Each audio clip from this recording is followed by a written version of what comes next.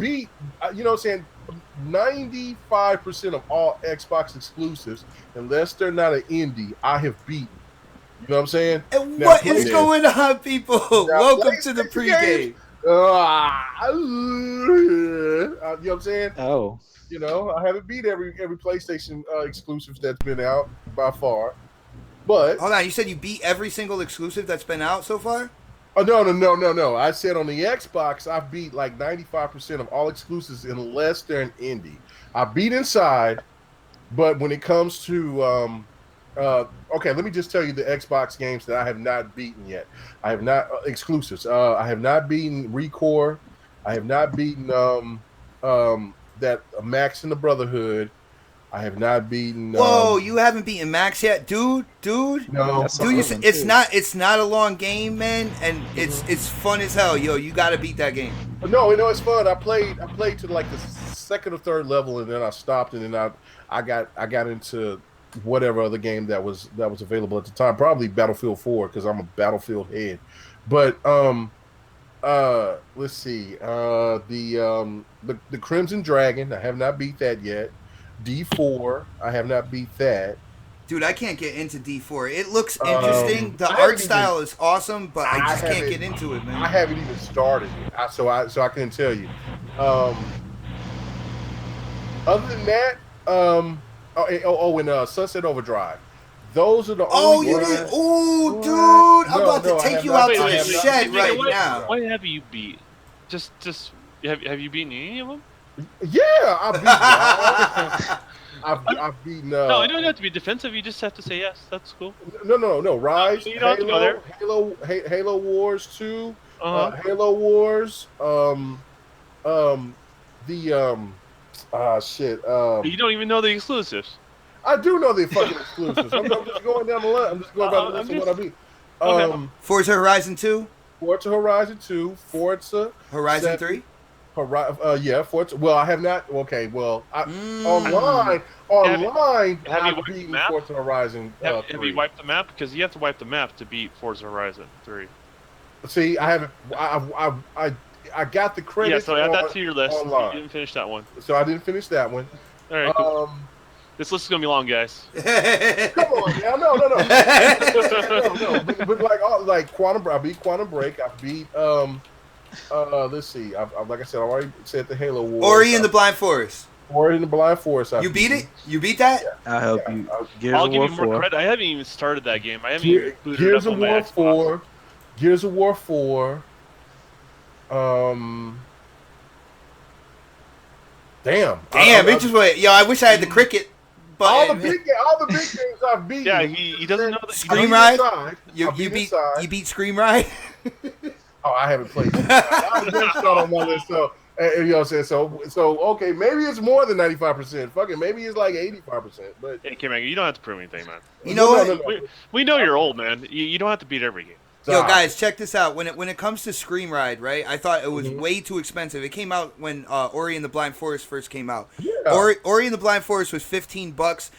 Scream Ride was $30. I thought those prices should have been switched around, and they still would have sold Ori because Ori is a phenomenal game, right? But now with Scream Ride being in the Game Pass and us getting 14-day trials.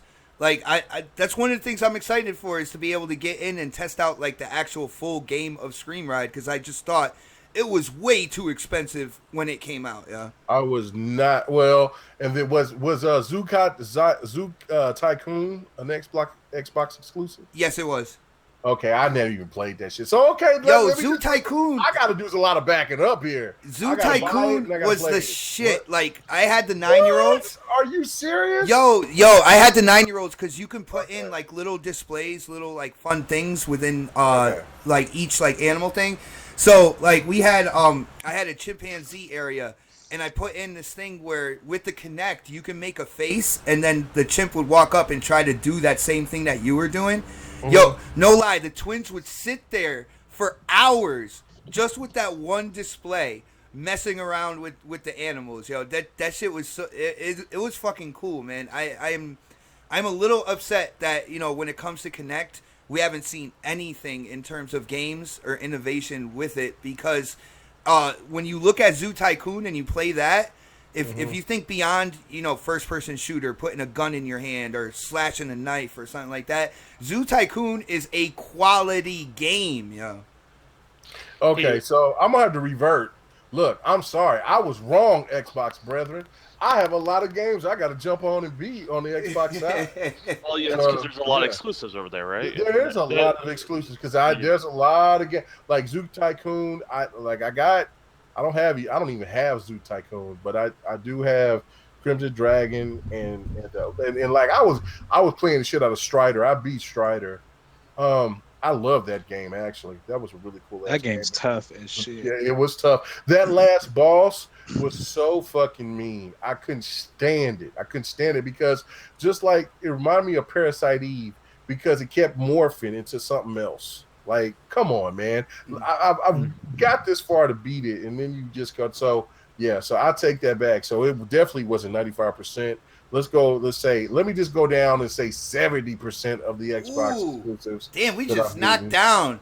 I'm not down, man. Look, man, there's one thing I'm going to be real about this shit because, you know what I'm saying? I did not, because, okay, it's like Forza Motorsport 5 and Motorsport 6. I didn't beat them completely. I put a lot of hours into them, but I didn't beat them. I didn't beat those games. Dude, I still didn't beat Motorsport 6. You don't finish it. Like, that's how that works. Those games are almost endless. For Motorsport 6, I beat that single player campaign and stuff like that, but I gotta go with I gotta go with the Don here, and I feel like you really haven't beaten that game until you have gotten like first place on every track. You know what I'm saying? And that's when I feel like you were dominant. You know what I'm saying? You laid it down and you got first place on every track. That's when I think that you kind of beat the game when it comes to motorsport. So Xbot, just before we get too crazy, like I don't know if it's your mic settings on your Yeti or anything like that, but your volumes are like up, down, left, right, like. It sounds like you got jazz hands going on. Yeah, well, sometimes I'm a little closer to the microphone. Sometimes I kind of lean back because I'm a lazy bastard sometimes. Yeah, that's what I'm doing myself right now. What you're hearing right now from me right now is going to be kind of like the standard throughout the show. So hopefully this is good for you guys. Okay, I'm just letting you know. Just keep the jazz hands under control, and I think No, I can't. I can't do that, dude. I've been playing Friday the 13th for the last couple days. I've had snaps as Jason chasing me. I am shook right now, man. You have no idea. My nerves are shot. My hand is shaking when I'm grabbing my cup of coffee. Yo, she is a beast. When it comes to being Jason, oh my goodness, yeah. But when it comes to compare to my Xbox exclusives that I've been compared to my PlayStation 4, Well, see, you're kind of proving. I can't stop being on my box. I can't stay away from the Xbox. Look, I played Nier Automata today for the first time. I've had that game for like over a month. Nier is garbage, though, man. No. Nier is it's garbage. The first one was absolute trash, yo. No, the first one was great. This Nier is fun. It's fun. It's fun. It's just that I got it on. I got it on the hardest setting that it is on the PlayStation. It's pretty fucking difficult. And then so I'm still on the kind of like right after you get out the ship, you start fighting those little bot things and everything, and I get killed. And so there's really no type of record. You just got to go back and start the level over.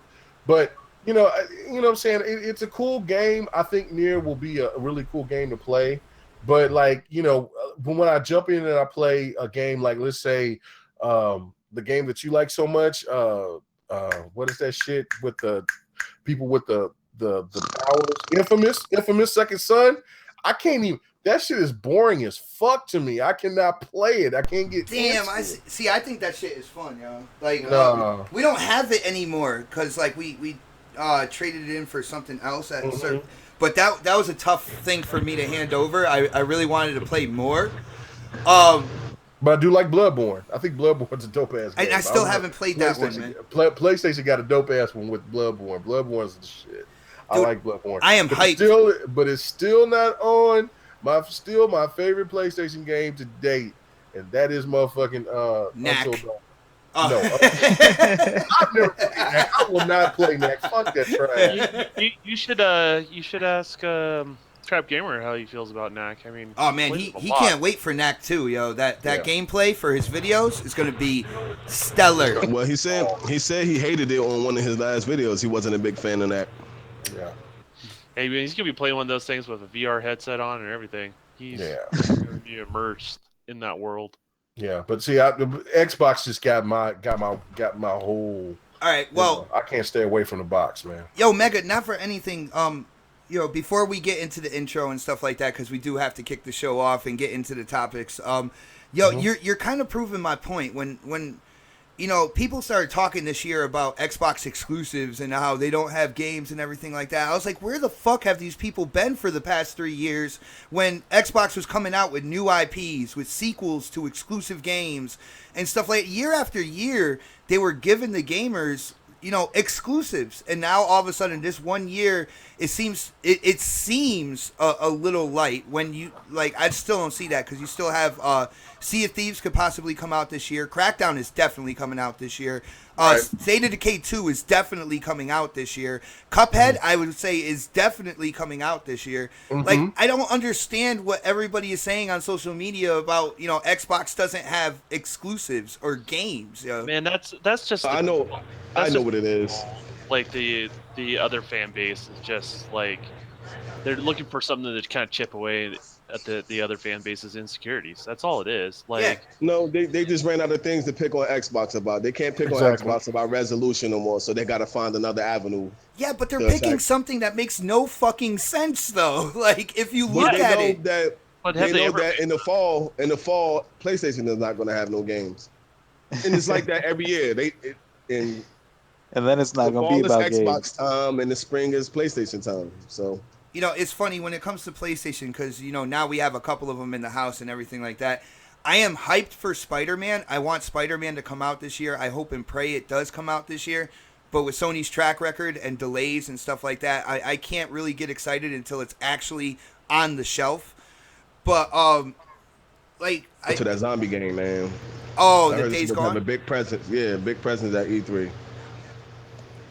I don't know, That but I'm game made my still jaw drop. pissed off that Spider-Man isn't exclusive to one platform though, because traditionally it has always been a multi-plat. People have enjoyed it on multiple platforms. I'm still pissed that because Sony did the deal with Disney for movie rights and stuff. They kind of like snuck that into the contract. That okay, we got to get that Spider-Man exclusive to PlayStation as well. It's amazing business-wise, but I'm kind of pissed off for gamers who don't have a PS4 who might like Spider-Man. Spider-Man is the shit. My favorite Marvel superhero right there. And I'm still a little upset it's not multi-plat, man. What, Spider-Man? I'm not, look, Spider-Man looks fantastic, but you know what? This is how I look at it. They're going to charge you $60 for a single-player experience that's going to only be 5 to, at max, 10 hours long.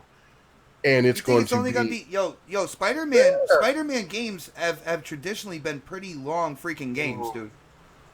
Like I said, 5 to 10 hours campaign, no multiplayer. The game is going to be one of those games that's going to be a visual masterpiece. They're going to show a lot of cool stuff. I know that Insomniac is going to be playing the game, going to be throwing a lot of stuff into the game. Oh yeah. But this is a game that they can only go so far. They can't make this into into a massive masterpiece just because PlayStation is going to be putting their money into other IPs that's going to be bigger than Spider-Man. So I think I hope for a lot of people that think that Spider-Man is going to be the ultimate shit. I just don't feel it like that. I think that the game is going to be really cool. It's going to be fun, but it's going to be repetitive as hell because they're going to be limited on their budget. I hear you, Mega, man. Like, and not for anything, I need you there to balance me out when it comes to hype and stuff like that. I just feel that in Insomniac, they are a quality dev team. I saw what they did with Sunset Overdrive. I actually never played a Ratchet and Clank, but after playing Sunset Overdrive and seeing what they did with that game, and with that city being so big and the whole kind of movement around the city and stuff like that, I'm pumped for Spider-Man. I think they can do a hell of a job even with a lower budget. You know what I'm saying? Oh, I don't look. I do think the game is going to be quality for what you play, but I just don't feel like it's going to be worth the $60 that you fork out. I mean, there. Look, this is a hit. This is a pattern. There's been a lot of video game, um, Yo, superhero games that's faltered, and a lot of people's wasted money on that. And just because, and I know this Insomniac is a great developing team, but I just don't see them having the resources to make this game stretch out 20, 30, 40 hours long. I just don't see that. You know, Mega, it's funny that you said that. You said that you think that it might not be a $60 title because we're going to be talking about the launch of Friday the 13th, and I believe you copped that. So I want to see how you feel in terms of value when it comes to that game as well. Right. But to do that, man, we got to start the show, guys. I don't know. You guys ready to check out the intro? Let's do it. I'm not botting, am I? No, hey, Foos, anytime when they go too long, you just say, let's do it right in the middle. Yeah, right in the middle. and we'll know it's time to go. Here we go, guys.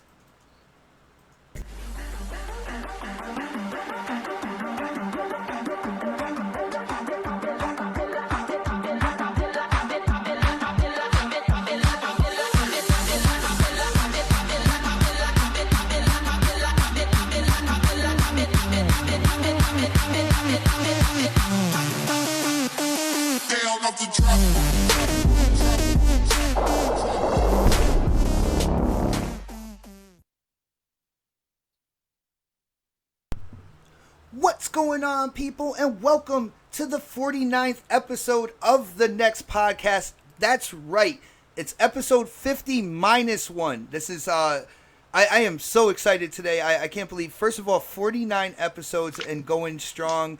I know it's because of this panel that I'm about to introduce. So let me just jump right in, and let's start with the golden voice of the next podcast, that smooth talker, Fooskis! Yo, what's good, everybody? I hope my voice stay golden because my internet is botting me out every now and then, so we'll see what happens. But hopefully I can get that fixed soon so the golden voice will stay smooth and silky. But yeah, welcome to the show. See, Foos, I think I know what happened is you're kicking so much ass in Injustice 2 that, like, your internet is feeling the pain, is getting the bruises and stuff like that, man. You might have to calm down on that game a little. I'm having some good matches, but yeah, I've had my ass beat a couple times too. I have a couple nemesis. Nemesis is that's one of them too, saying that word. But yeah, it's. I think it just got. It was pretty fun. I ain't got to play. He'll tell you. You're starting to fade in and out again, man. As soon as we said that, yeah. All right, well, let's move on to the next member here. Let's start with that chinchilla wearing fool, man. It is time for everybody to show that respect. Kiss that ring, the Don. Hey, what's up, guys? Man, it's been a year of doing this, and I'm excited about our growth, our audience, and everything else we have going on. But then I just realized there's this dude that has 7,000 watchers, and all he's been doing is doing a finger spinner for 24 hours. So can we get everybody it's in the chat or watching, just thumbs up, thumbs down, whatever you like us, dislike us, it doesn't matter. Hit that share button at the bottom so you can tweet it out.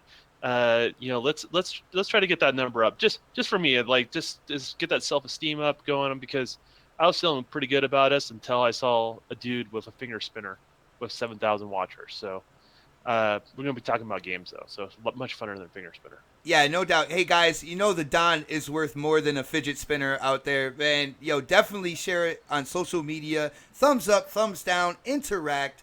But let's move on to the next man. I call him the Wizard of the UWP. He calls himself the Halo 5 King of Breakout, Newark NJ. What's going on, everybody? I was just in the backyard playing Fireman because I'm out there grilling and it just went crazy for a second, but everything good. Dude, Welcome back to another. You set your backyard on fire? Yeah, you set your backyard. Nah, you know when grease drip into the charcoal, you know.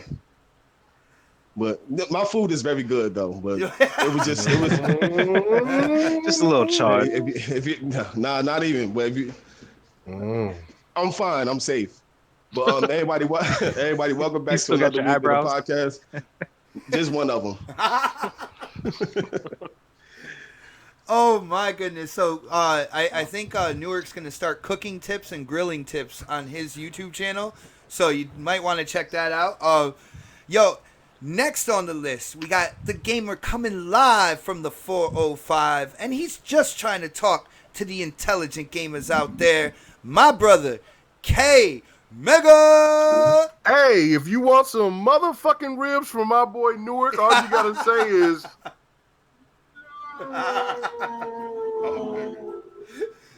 And so, you know what I'm saying? If Newark has got some baked chicken with some barbecue and you don't know how to cook, all you gotta say is no. And then last but not least, if he's got some coleslaw and he ain't got the coal, let's go! Ow! I'm ready to go. Tonight, K Mega is fired the fuck up. If you see my Twitter and you saw the drink that I had available tonight, I am already getting started. So it's going to be one of those impeccable nights where K Mega is in rare form. So let's get this bitch started. Let's go! Woo! All right, and before we kick off with the topics and everything, huge shout out to Snap It's Mel. Recently hit 350 subscribers on her channel. She is out there working hard at her job right now, peddling the peanut butter cookies and all that good stuff. So huge shout out to Snap It's Mel. We can't wait to have you back on the show again. But in the meantime, her channel is growing. She was doing the Friday the 13th live stream, and it's just been awesome. But guys, we got to get into the topics here. And hold on, Bot. What's up? One more thing. You know what? Don, when Don came back and he was like, let's do the dev and the developer, he says, look, man, I have some Cambodian yak milk for you. And I said, let's go. But he said yes to the yak cheese. I'm just saying. Yak cheese is really good. Thank you, Don. I appreciate that. Mega's on a roll tonight. We about to get started tonight, baby. Mega's loose. I don't know if it was the topics or whatnot, man, but he is on fire. Before we get into the topics, I want to give a major shout out to my boy Mr. Midlife Crisis. He heard me on a stream with Snaps talking about a game a lot of people know as Soccer Cars.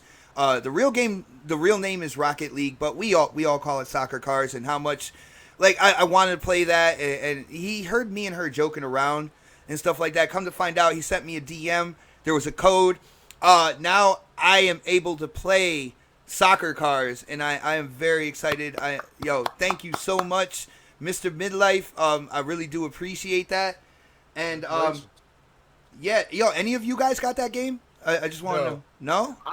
No. Look, PlayStation got it for free, and I've always said I'm not going to play more. I'm not going to pay more than $10 for that game on the Xbox. I'm just not. I mean, I looked at it as one of those things to where I just thought it was filthy that Rocket League won best sports game of the year and all of that garbage, and best racer and all that.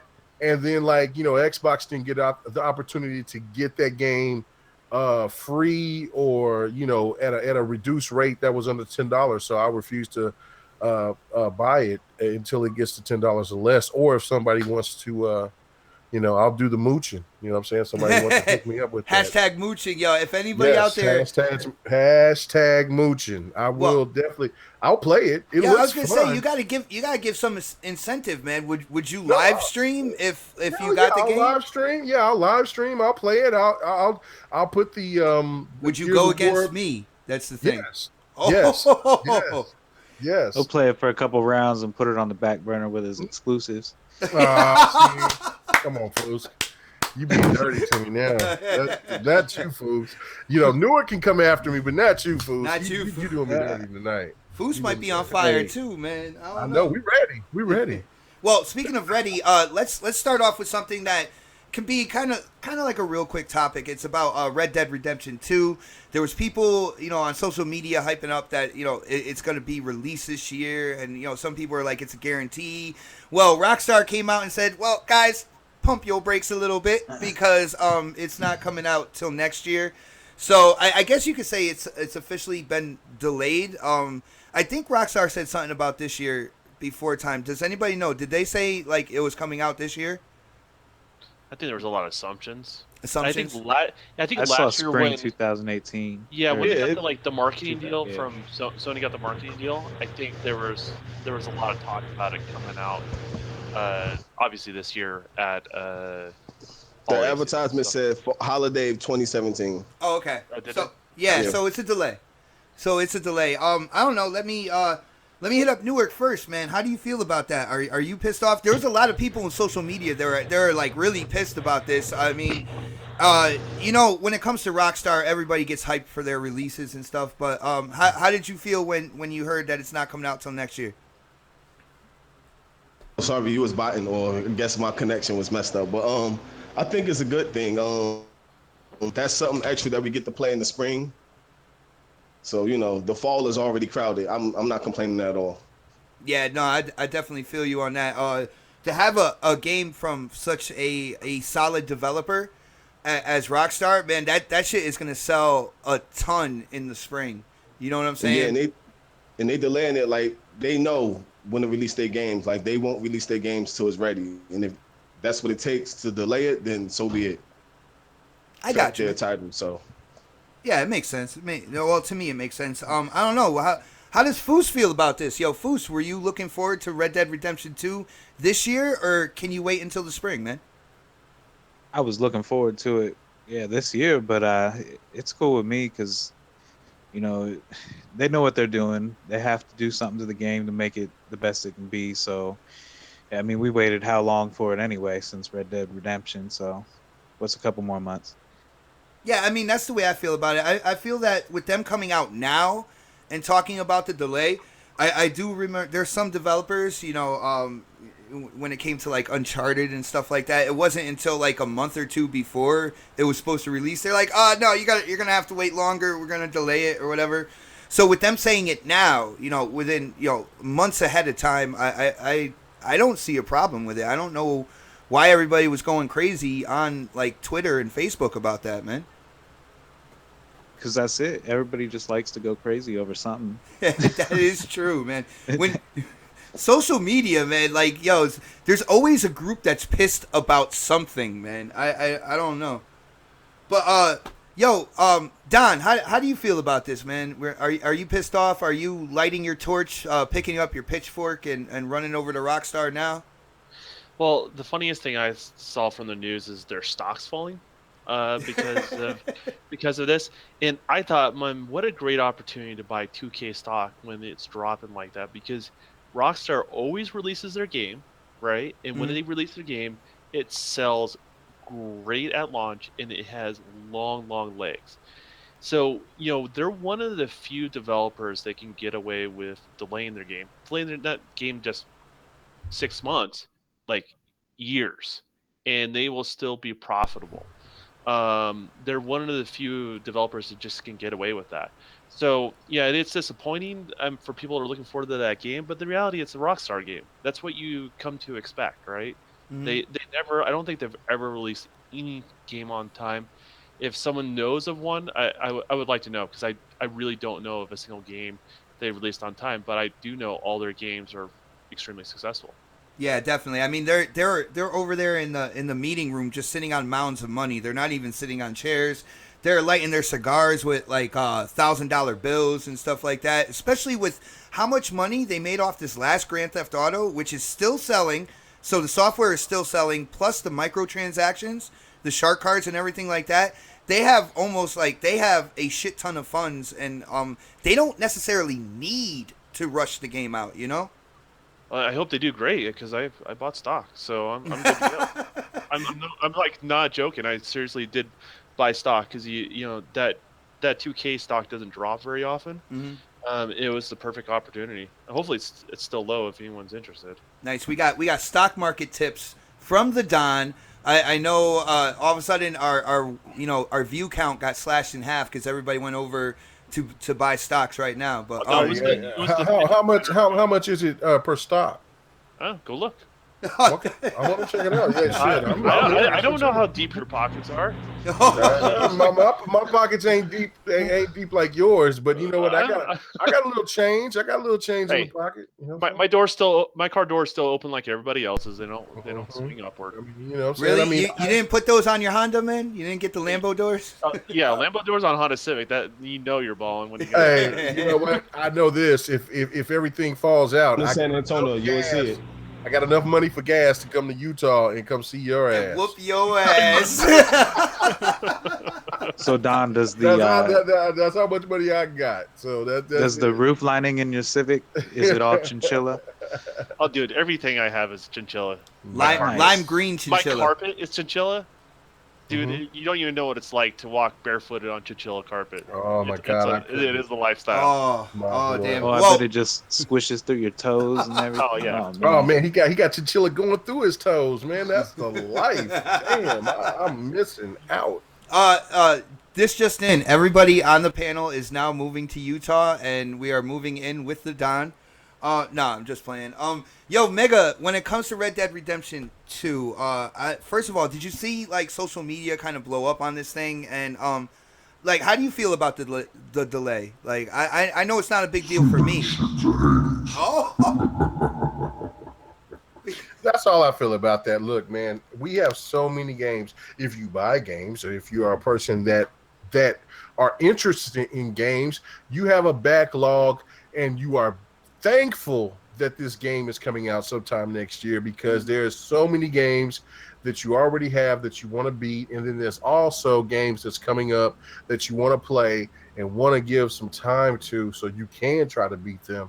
So no, I'm very excited about this, because Rockstar is amazing on making content extend further than what any life of any other game has. Like, I mean, that so the one problem with Rockstar, with the first Red Dead, it had some DLC, but it seemed like that they didn't have a lot of confidence into that title. It seemed like that they didn't expect so many people to be into that game. But now, because there's so many people that are anticipating this game, plus remember, the original Red Dead on the backwards compatible sold like hotcakes, because that was one of the first big titles that came on backwards compatibility. You know, it grew percentages, so they're like, okay, people are going to buy this game, and they're anticipating it. So this game could go on longer than GTA 5, and that would be amazing. So yeah, I'm glad that they postponed it. Yeah, you know what's funny about Rockstar? Like, they make quality games. Like GTA. One of the things I really liked about GTA was the story. This last one was the story, and going between the different characters and stuff like that. But one of the things about GTA and Rockstar is they make open world games, right? And there are glitches all over the place in their games. It just seems like they have solidified themselves enough within that open world genre and stuff that even with the glitches, more people say they're comical than anything else, and they get a pass, and they still sell a ton. Where another developer might try to make an open world game, and these glitches, people will start bitching about them and stuff like that. So right. I don't know, man. Maybe Assassin's Creed Unity. But so, like, why do you? I don't know, Mega. Why do you think that is? Do you think it's just because Rockstar has been so successful for so long that they kind of get a pass with that? Right, and they bring quality games. Plus the fact that they're smart. They know that they would have to go again. They don't like being in an area where they have to face a lot of competition. Mm-hmm. So. If you look at, if they came out around that time, they would have to go against Forza 7. Forza does deserve their respect. You have Madden, you have NBA 2K, you have Destiny 2. Yeah. That's a huge title. Plus whatever games that I Dude, Star Wars have, Battlefront, Call of Duty, sure, like you could keep going, man. Yeah, Call of Duty. You have Shadows of War coming out. That's going to be a game that I think that's going to launch and going to get a lot of people involved. So and buy. So there was so much competition that, you know, even though I think still Red Dead Redemption would still get the top spot out of all of those games. And then you have FIFA too. FIFA comes out around that time as well. Mm-hmm. So people would have to make a lot of decisions on what games that they would want to buy. And so for them pushing that game back, it was smart for them, and it was good for all the gamers, because there's a lot of games at the end of the year that we all want to buy, and you know, we want to play and want to try to beat. So yeah, it's great strategy by 2K. Yeah. No doubt. When it comes to the next Red Dead Redemption, I know a lot of people are psyched and stuff like that. But if they have to delay it to really, smooth out, at least some of the glitches that they're known for and stuff like that, I don't have a problem with that. And I don't see a lot of people. I know a lot of people are going to buy this game, but with seeing how many copies of GTA is still being sold to this day, it doesn't seem like people really need that Rockstar fix right now, because GTA is still in like the top 5. I'm wondering if people who own it are buying a second copy just because they feel they have to. I've never seen a game sell this much. Now I know it's between it's through last generation and this generation, but damn, shouldn't every fucking gamer have that game by now? It's mind-boggling, dude. It is. And you know what? I got to interject right fast before you ask anybody else. Look, the disrespect that I'm getting from so many people about Tekken, and now to see the Don, you know what I'm saying? Because I seen this on GRG. I posted this on GRG last night. But to see the Don playing Tekken and really trying to want to come after me. I'm not coming after you. It's an amateur fighter, man. Oh, okay. All right. Well, you know what? Just saying. Yeah. When we have our good time, and when I stream my Tekken, like I'm going to stream it more than ever. We'll stream it live. We'll stream it live. Are you afraid of what you're seeing in defensive? I'm looking at this shit and saying, like, am I going to play a novice? I mean, you better get into the motherfucking the better dojo. Get more A button. You better hit the A button, because I'm taking the A button. And Tekken is essential with the A button. So you know what? It's all good. But let's get back to the topic. But I'm looking at this and I'm like, Don is trying to take a shot at K Mega because of the Tekken love. But you know what? Go ahead. It's all good. Don't be so defensive. Gameplay. Like, you're the one who brought it up. But I'm just doing gameplay. I love it.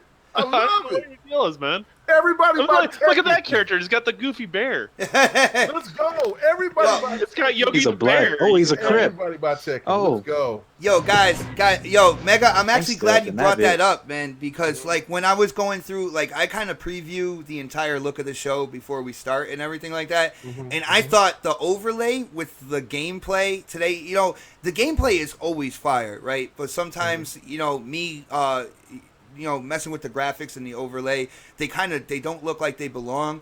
I feel like this show, the look of this show, is really spot on today, and I feel like the gameplay really goes good with the overlay and stuff like that. I don't know, it might just be me, man, but no, I mean, gameplay is always essential. I think, I hear a lot of people tell me that, well, Mega, the game, people don't really pay attention to the gameplay. But then I get private messages from so many people. It's like, what game was that? Was you playing? Or what game? And I know, Bot, you get that too. What game was that Fuski was playing? I mean, not Fuski, but or like Fonzarelli or any of us that uses this gameplay element right now.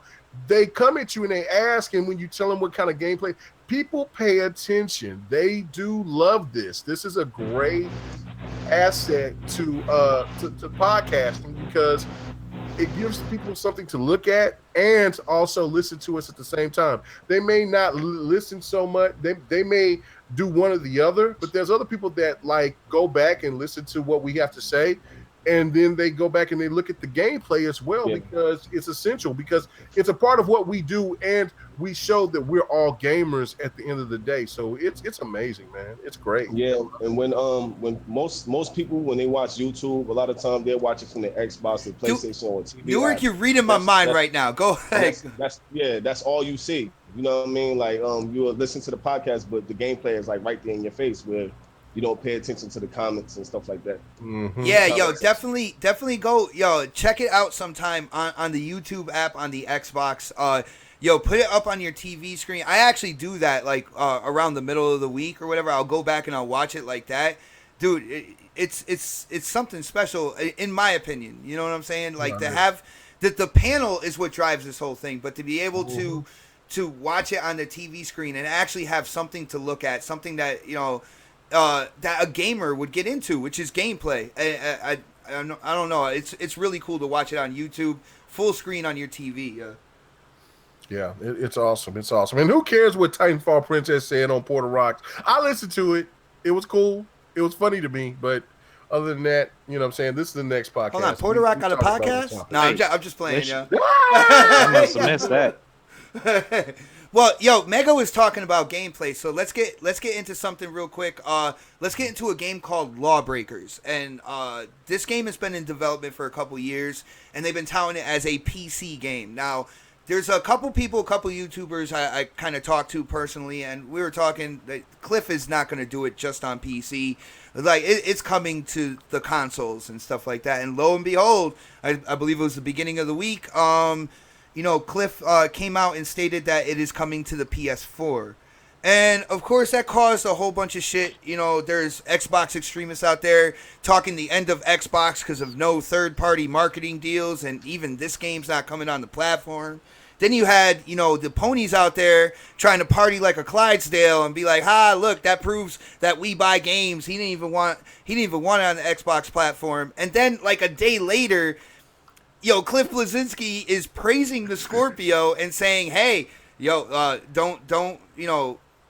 rule out a version of Lawbreakers on Xbox." So I want to go down and down the panel and see what you guys think about the game, and then about the announcements and whether or not you think it's going to be a true multiplat. So let's go with Foos first. Foos, first of all, have you seen any gameplay of Lawbreakers? What do you think about the game? And then where do you see it ending up when it's all said and done? The only gameplay I saw, I think, was last E3 during the PC conference. Isn't that where they showed it? Yeah. Yeah, that's the only time I've ever seen it, and the only time I don't think I even wanted to see it then. I don't know. It wasn't on my radar to pick up, but it may be something good, but it didn't strike my fancy whenever I saw it on the E3 stage. All right, well, Foos, hold on. First-person shooter, it deals with gravity. Like, in the middle of the map, gravity changes. You're able to float, fly around, and stuff like that. And here's the kicker. A $30 game. Standard edition is going to be $30, and all future DLC for that game is going to be free. Is it on your radar now? Maybe to look up into it a little more and see what it's about. I don't know. The anti-gravity doesn't really impress me. Maybe that's what's throwing me off. But maybe I'll look into it a little bit and see what's up with it. But yeah, it'll probably end up coming out on all consoles, I would say, except for the Switch. Except for the Switch. So no little cartridge for that thing, huh?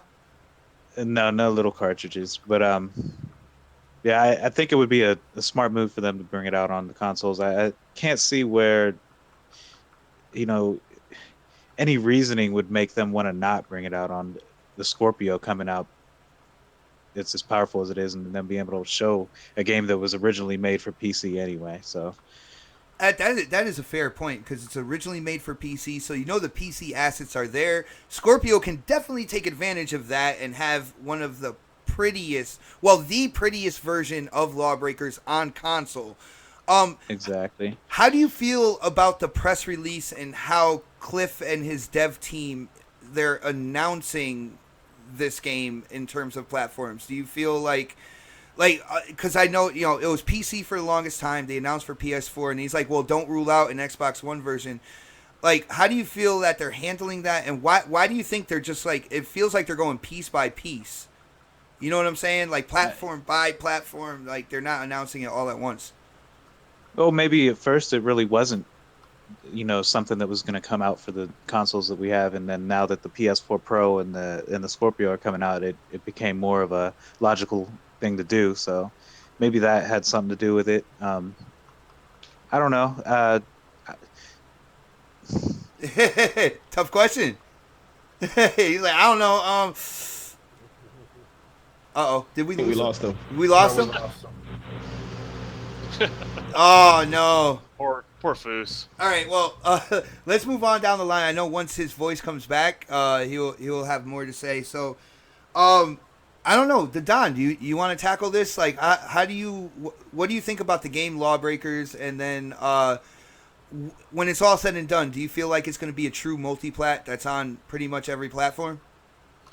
Yeah, I mean, here let's tackle the second question. So I'm in a similar situation. You develop on PC first because it's an open platform, right? And due to resources, you decide on which hardware platform you're going to develop first. It's really about resources, right? Mm-hmm. Um, you know, and there's no perfect answer, right? That you can look at it from install base perspective. You can look at it from what is that user base playing? How much are they playing those type of games? Is there too much competition in that space? Do you release on, say, the opposing platform that you may not have to compete in that same space at first? I mean, there's all sorts of different things you have to do to make a decision. And regardless of all the analytical data that's out there, you just have to make a decision which one you're going to do. And it's always a gamble no matter what. Um, but what tends to happen is in these sort of situations, the other consoles subsidizing the port cost over to the other console. A perfect example of this is Rocket League, right? It Yes. was exclusively on PlayStation for the longest time. It was an indie developer. They developed on PC first. They ported over to the PlayStation, right? And eventually we got it. It was quite successful on the PlayStation. And once they had their success and they have money in their pockets, they start the whole porting process to the other console. And once they got that all said and done, they've seen success there as well. And so I don't think Cliffy B is going to, I think one of the things, this is me just projecting. I Mm. don't really think he liked the fact that Gears was only on Xbox, to be honest with you. One of the things is Epic wanted to own that IP for the longest time so they can port it to other hardware. So I really think he's a fan of having a multiple pieces of hardware, but the means is a big if. As far as Lawbreakers, am I going to get it or not? Yes. Regardless, let's Yes. assume let's assume it's on all platforms, just for argument's sake. I think this is one of the few I would actually buy the PC version of it. That game is basically Unreal Tournament and Overwatch had like an illegitimate child. Yeah. Um, With three and, arms. yeah, exactly. In short, a couple chromosomes, right? So that is realistically that game, and I love Cliffy B's games. I liked Bulletstorm. I liked his involvement in Unreal in the past. It's one of the few games I will never really play on console. I play strictly on PC back in the day, and love Gears. So I mean, he's batting, you know, relatively very good for me. So I'm probably gonna pick it up. It's I'm just not hard pressed for it, and if when I do get it, most likely it'll be on all platforms by that time, and I'll probably get it on PC just because if you look at that gameplay, it's more like Unreal than anything else, and it's just really I don't know if it was really designed with consoles in mind, regardless. Well, hopefully with them now, it's releasing both on the PS4 and the PC on the same day. Now, hopefully they do their tweaks or adjustments when it comes to console to make it, more. I guess you could say controller friendly. I hope that they pay attention to that, being that it's coming to console or whatnot. But I did throw out the whole thing about how do you think about like how the announcements and stuff, and the Don hit it hit the nail right on the head. A lot of people were getting all pissy and stuff like that. This is a newer development team, right? So they go open platform PC first, and once their assets start building up on that side, then they decide where they're gonna pour it over next. Rocket League was a perfect example of that, and once they get enough money, they're gonna port it over again. So it's not that they're showing love to a particular platform more. It's just that, well, when it comes to the PS4, I feel that the hardware is more over the counter than the Xbox is. Therefore, it might be cheaper to port over at that point in time. I'm not sure if they knew about the Scorpio, if they knew details about the Scorpio, but even if you're making a game with the Scorpio in mind, you have to keep the original Xbox One and the Xbox One S in mind as well, because it's a family of devices. And it might just have been cheaper to port to the PS4 first, get some more money. I can tell you it's not either way. The dev kits on the Xbox side have matured to a point, like we're talking base level consoles, right? So the standard Xbox, and you talk about the basic PlayStation 4. Yeah. PlayStation 4's development kits were pretty mature out of the gate, and so that's the reason why you saw a lot of ease with putting games on that console. Mm-hmm. But as both dev kits mature, the maturity on the Xbox side has matured quite a bit, and so it's kind of on equal footing, depending on what feature set you're going to be utilizing. And in some of the more super really complicated stuff, those are done by the Epic team, right? It's done on Unreal Engine 4, so a lot of the really super like C++ programming type stuff, that's all done at Epic, and those are different brainchilds altogether. So as far as the compatibility on hardware, that's not really a factor or a price consideration. All right, I got you. Well, then you go back to basically what the Don said before about whatever decision you make when it comes to your port, your next step, your next platform. It's always a risk. You know what I'm saying? And you have to make that decision. And Cliff and his dev team decided to go PS4 first, but I thoroughly see this game coming to the Xbox platform as well. Am I the only one that's excited for this game? Like, I'm seeing a $30 title that looks like it has enough content to warrant $30. The performance and everything from the gameplay I've seen, it looks like it's a lot of fun to play, and I feel like there's points in time I'm the only one out here that's excited for this, coming to console. I'm not overly excited about it, but I can tell you right now, this is kind of the business model Overwatch should have been, right? It's the right price, and the right amount of content, and you're not overselling something, right? Mm-hmm. So I really feel like he's on the mark on the pricing of the title, and having kind of that support.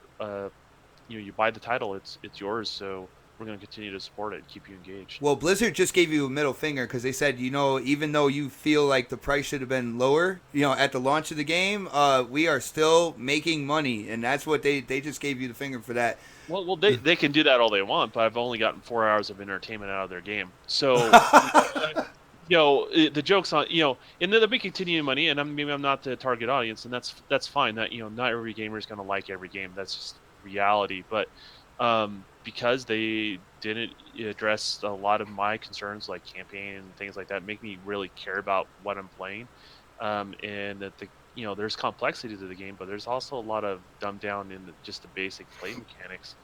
It kept me engaged for about 4 hours. I had a good time, and it was and the reason why those 4 hours were good was because they were with friends.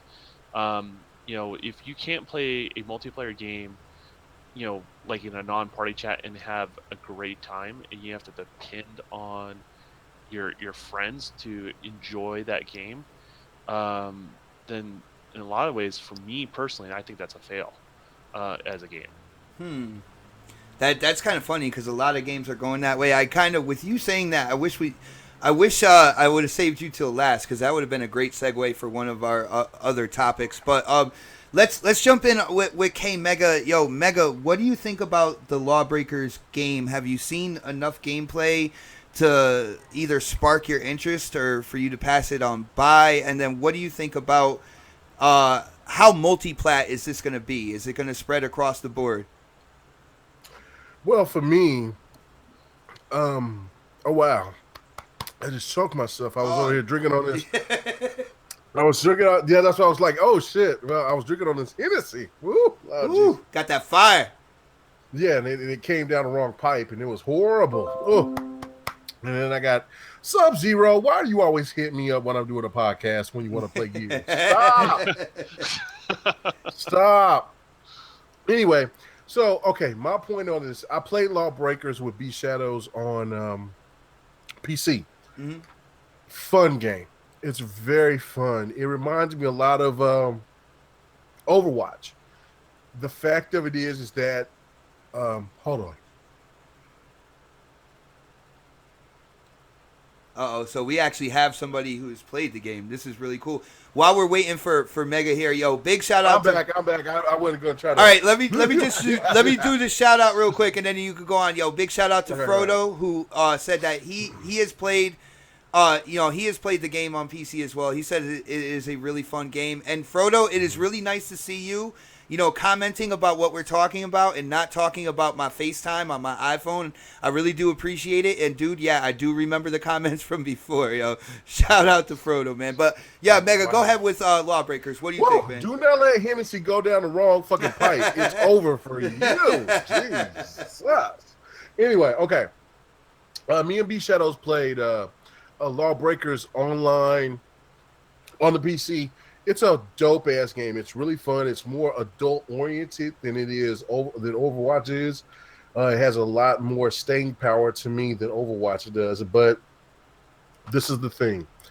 The $30 price is perfect. Perfect because that's something that would get my interest. And then you hear that the DLC is free.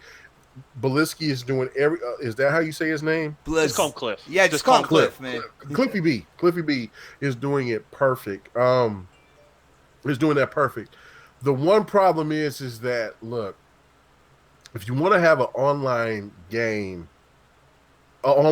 pretty much online oriented game, you need to put it on the Xbox.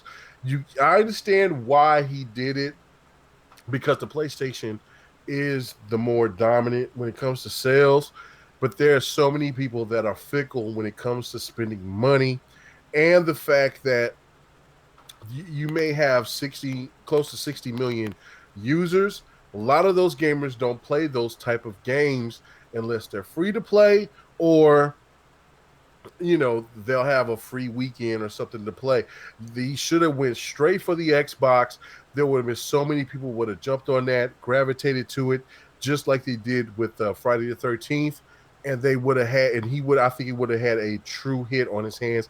Then send it to PlayStation, because there's so many gamers out there that would have resonated seeing all the stream play of people playing on the Xbox, and they would have been like, oh, no. This needs to be a PlayStation type of game. This needs to be what PlayStation wants. You see what I'm saying? You got to think of it also, too, is there's more competition on the multiplayer space on Xbox, right? So that is true. For the most part, you have, and I'm just trying to look at it from a business perspective, like Cliffy would, right? Mm-hmm. If you look at the Xbox platform in general, you have all the same multiplats that are multiplayer, there's a lot on both consoles, right? But you have this Goliath that's on the Xbox. You always have to address that elephant in the room, and that elephant is Halo, right? On the first-person shooter space. And last time I checked, the live engagement on that game is still huge. And so that takes away from your piece of the pie, if that makes any sense, right? So, there's other ways to look at his decision more than people are realizing. True, but then yet when you have games that are free to play, they're going to go gravitate to those games first before they go out to a game that's going to be $30 right off the bat. I mean, $30 is the perfect amount for a game that's online only. And and I don't have I don't have no problem with his strategy on it, but you would, if you want people to gravitate to something where you have the better online play, Xbox is the place to be. You know what I'm saying? Forget about the fact that it's that because of the user amount, because that's kind of convoluted because there are 60 million users, but there's not so many people that will gravitate to these online games. They like single player experiences. And I think there's a lot of people that forget about that and they just jump on PlayStation because of that factor. No, well, they see. Here's the thing too, is as well. If you're a multiplayer only game, they don't look at the user base at all. Oh, They they actually don't? look. That's They a look. mistake. Yeah, they look at what how many people are playing online if the platform will provide them that information, right? Mhm. So those decisions are not based on the so-called meetings that basically Sony has for their investors. They can Mhm. care less about that because those are they could be on store shelves, they could be anything, right? So, but it's the people that are playing online. That's their true audience, and those are the people that can spend money on their game. Right, and that's Xbox. I mean, but that's the thing right there. And I mean, when you look at, you already kind of said it for me is that they don't look at it, and they should because when you want your game to perform at its best, you want it to be showcased on the best online service that's available, and that would be PC, and then that would be Xbox because PC is free. Xbox isn't, but Xbox is the second best thing because you do have to pay for that service. And then you jump into PlayStation first. That kind of, to me, that hurts it because it does because it will draw attention because it's on PlayStation first, and they'll have the fanboys and girls jump to that game. But I guarantee you, they'll play it for a little bit, and then they'll jump on to something that if it's free to play, they'll jump on that first. So the game I think has legs. It is solid, but there's also other games that's out there that's had an advantage to come out too. That's what Paladins. Paladins, free to play. Yeah, there's Paladins. Then you have Overwatch, which is now the new king. It's going to be hard for them. So they made their decision, and Lawbreakers is a cool game. If anybody has not played it, you should play it because it's really awesome.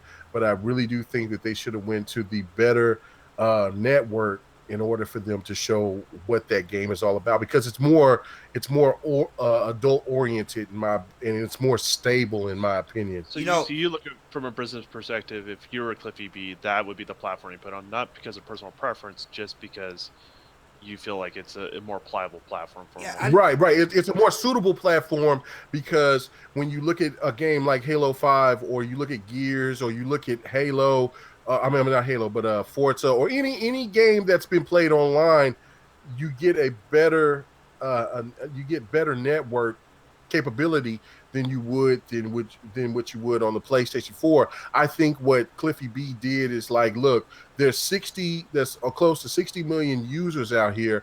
I want my game to be out here on this platform because there's so many more people that can come out and be interested in my game. But the problem it takes a smaller percentage for them to make enough money to go to the next platform if they hit that that player base on the PS4. But gamers are fickle though. That's the thing that But it doesn't have to be a bigger percentage. That's like I see what you're saying. I agree with you, man. But $30 to free though.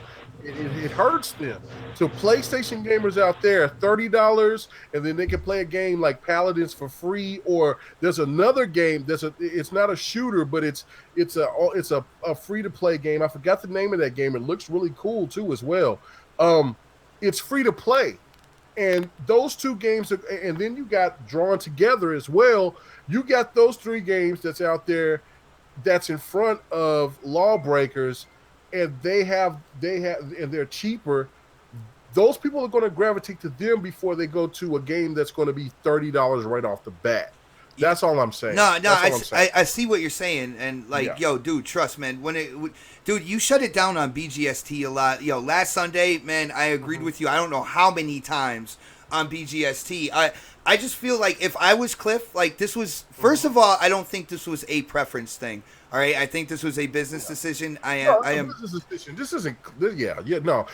Fuck all the thing because there's so many people that think that oh well, PlayStation is the number one leading console out there, and so it makes more sense. It does, but if you have a online centric game.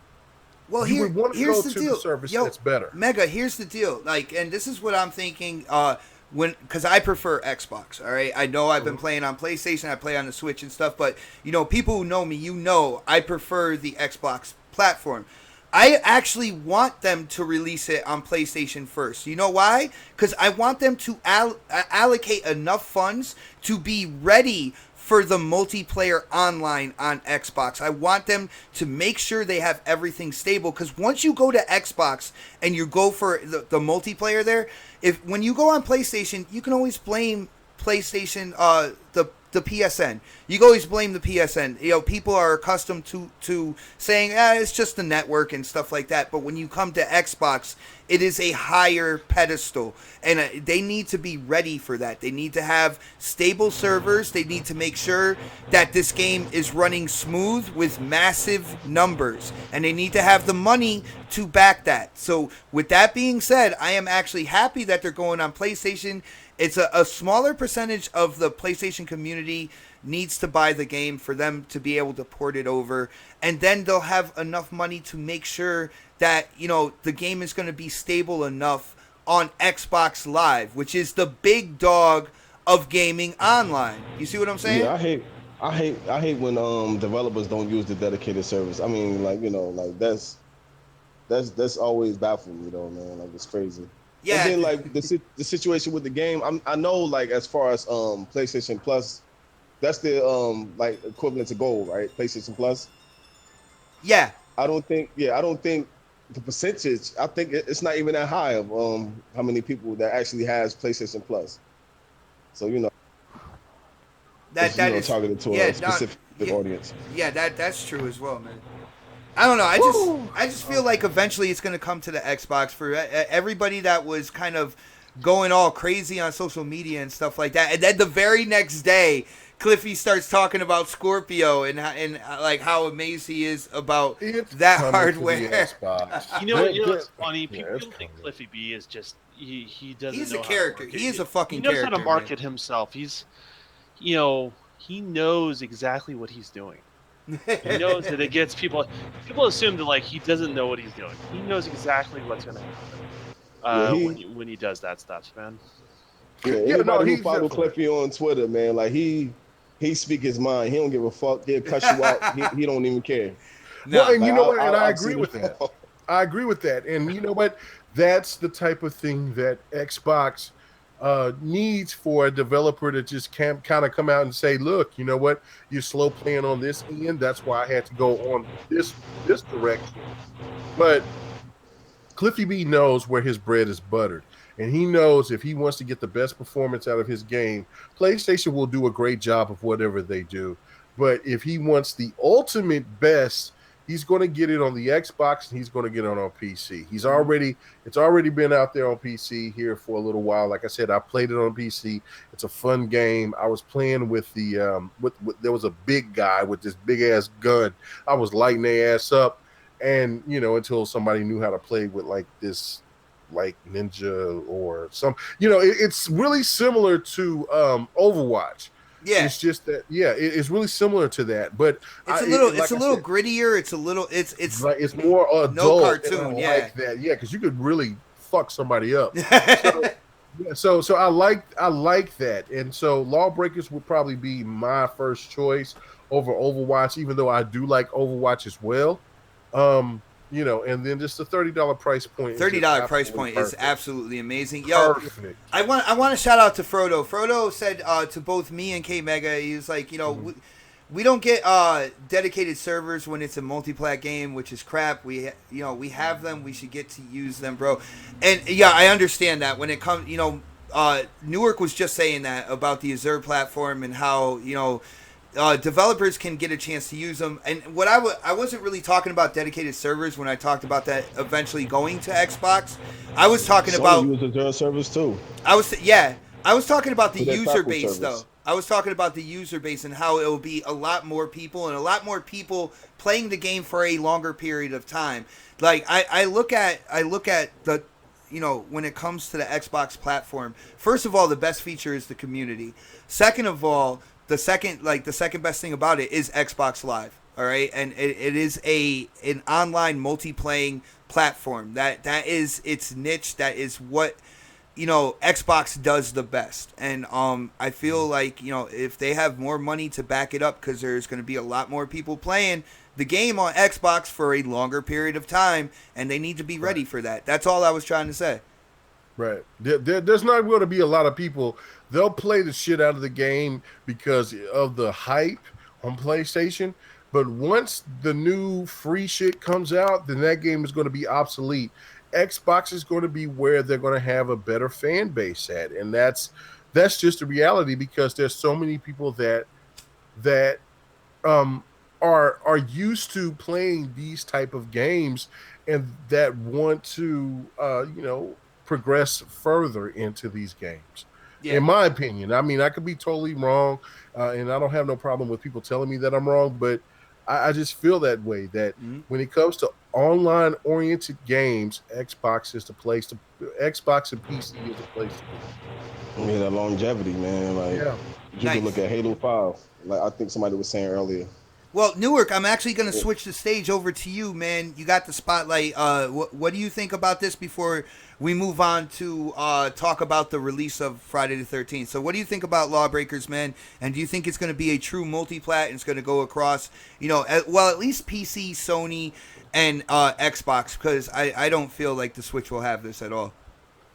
I think it's like when I first saw the game, I think it was like an Unreal Engine 4 showcase title. It is. Cliffy had he had another game that went to PS4 that didn't come to Xbox. It was an RPG. Mm-hmm. Or what was the name of the game? It was on PC and PS4. I forget the name of it, but it was released recently. No, he was not involved. I know what you're talking about. That he was. Oh, he wasn't involved? No, okay. That's an Unreal Engine game, but Unreal. Okay, so it wasn't all right. But as far as I'm concerned, like I was saying earlier, Cliff, what he doing. I don't really have too much input on it. I'm just saying I just thank him for the creation of Gears of War, and I'm gonna keep it at that. But from what I saw of the game looks amazing. It's like real fast paced. It reminds me of the Unreal tournament games or whatever. And that's about it, man. I got you. Yo, let me the A-Bomb over in the chat, he was like, well, people didn't care about Lawbreakers 2 months ago. Why care now? And I got to let him know, it's because we are console gamers here. Like, I know people dabble in PC and stuff like that, but I believe the majority of the people that watch this show and everybody on the panel, when it comes down to it, we prefer to play on console. So when a game that's been developed for a couple years with such a character as Cliff, running the development team, and they touted it as PC. All of a sudden, they start coming off with, now it's going to the console, PlayStation, and maybe in the future Xbox. That's what sparks our interest. Now we're looking at that game a little bit more because it's going to the hardware that we play on. You know what I'm saying? That's what I think. What do you guys feel? Is that pretty accurate? Why people care now? They care now because it's another argument against Xbox. Man, listen, I'm not saying it's another argument against Xbox. No, I'm saying because everybody knows it's another argument against Xbox. Anything to say Xbox don't have no games, this, that, and the third. And like even Megan was saying on Twitter, like or I could break it down how like people will sit there and complain about these marketing rights or whatever, but we still get to play the game, yo. You know what I'm saying? We still get to play the game, and that's more money towards stuff for our enjoyment, you know what I'm saying? So, and Phil came out and said, I'm sure we're going to talk about that, but there's nothing to complain about, man. We're going to get to play the game. He already hinted that don't rule out an Xbox version, and he, we're going to get it. Yeah, he didn't even say for the people who care. He didn't even say it might be possible. He said don't rule it out. And when it comes to people that are talking to the media, right? You know, Cliffy, he's kind of a veteran at this. Just the way at the heads of the Xbox, you know, Phil Spencer, Aaron Greenberg, Mike Ibarra, they pick every word very carefully. And he said, "Don't rule out." He didn't say maybe or it could. He said, "Don't rule out," which gives it a little more. It gives it a little more foundation that eventually this is going to be a game that goes across PC, PlayStation, and Xbox. So like that's what I'm thinking. I'm actually pumped for it. I want to support games like this game. Cliffy B and the dev team realized that, you know, this is a $30 title. We're gonna put it out for $30. The same way that the team that made Friday the 13th, when it came to digital games, they're like, well, you shouldn't pay full price for digital, so the digital game is going to be cheaper than the physical. And I want to support programs like that. I want to support games like that. And I hope the community does as well, to show these publishers out there, to show these developers that, you know, that is the right way to go. It's the common sense way to go, not to charge $60 for both physical and digital. And then if you have a game that is less on content, it should be less on price. Exactly. So I hope people, you know, when it does, you know, when Lawbreakers comes out on console, if you have a PlayStation, I hope you support this. If you're into first person shooters, if you don't like that type of game, then I'm not telling you have to buy it, right? And then when it comes down the line and it comes to Xbox, I hope that you support it as well if you like that type of game, just to let these guys know that this is the price points that should happen. All right, and we're tired of getting screwed with $60 digital titles and $60 for less content and stuff like that. All right, so with that being said, let's talk about Friday the 13th. Friday the 13th released this week. I know in this house there was a lot of hype for this title. Oh my goodness. Here's the deal. Snaps, she backed the game, so she pre-ordered the game through the developers, and the money went towards the development of the game. She backed the game, and she was very hyped for it. And when it released, I gotta say, on Xbox, the release went absolutely horrible, and to at least to this point now, I mean, I haven't checked. I don't have my Xbox on now. But the quick play matching, like the online, is still not working. The only way we could get to play... Yeah, I know. The only way we could get to play is to start a private match. But the good thing is that in the private match, you still get achievements. You still progress. You get your experience. And you get badges in the game and stuff like that. And did anybody on the panel, did any of you guys pick up Friday the 13th? Nope. Okay, so that's no for Newark. I think that's our answer. Oh, really? Can you hear me? Yeah. What up, Foos? Did you buy it, man? Nah, I ain't buy that. I bought Injustice. And you've been on Injustice like crazy. I think you already got your money's worth for that game, by the way. Better choice. Mega, did you say you picked it up? Oh, goodness. I got that shit. I picked it up. Thank God for Microsoft money. And I bought it for $25. And I was like, okay, let's go. I wanna be Jason. I wanna hunt and kill everybody that I can. I don't want to be anybody else but Jason if I can. And then when I got in there and I said hit hit online quick match. That shit didn't work. It didn't work. Yo, I'm like, Mega, you should have joined. You should have joined me in Snaps. I know Snaps was on Twitter. I got it yesterday. I got it today. About a couple of hours ago, right before me, Fusky all day, Dark Optimus remix, and we jumped on and played some Injustice. And I was like, what in the world is going on here? I said this on GRG last night. I was reluctant, and I said I'll wait till I get a deal. And so when I seen that I had Microsoft money, I said, look, this is a streaming extravaganza, because I know that this is going to be one of those games that's going to be really fun to stream, and I can't even play it yet. I can't even play it yet. Well, you can, man. You got to get a private match, and you got to get friends together to play it. All right. Oh snaps, man! Like she has been working hard. Like she'll set up a private match. So many bad things have happened to Oh snaps with like probably her most anticipated game this year. I feel so bad. First of all, because of the server situation on Xbox, like they wouldn't even let her gamer tag get in. She was streaming last night, but we had to use my gamer tag for some rhyme or reason. They let me in to the servers and stuff, but they wouldn't let her in. It was like, no, some I forgot what the actual statement was on the screen, but they wouldn't let her gamer tag into play. So on her stream, it was my gamer tag with me and her taking turns, and it was still fun as hell, yo. The game is a lot of fun, and especially when you have your friends together and you're playing it. It's just that when it came to the Xbox launch, it was not good. And I have to be honest here. What happened was that launch morning, right? Oh Snaps got completely frustrated with the pre-order on the Xbox side. She wanted to see what was going on the PlayStation side, so she picked it up on PlayStation as well. Now she downloaded it on the PS4, started it up, and guess what? We got into a quick play match with the quickness. Like, we got in, we were able to play, we were playing with randoms and stuff like that. Her first experience with the Friday the 13th game was on the PS4 platform.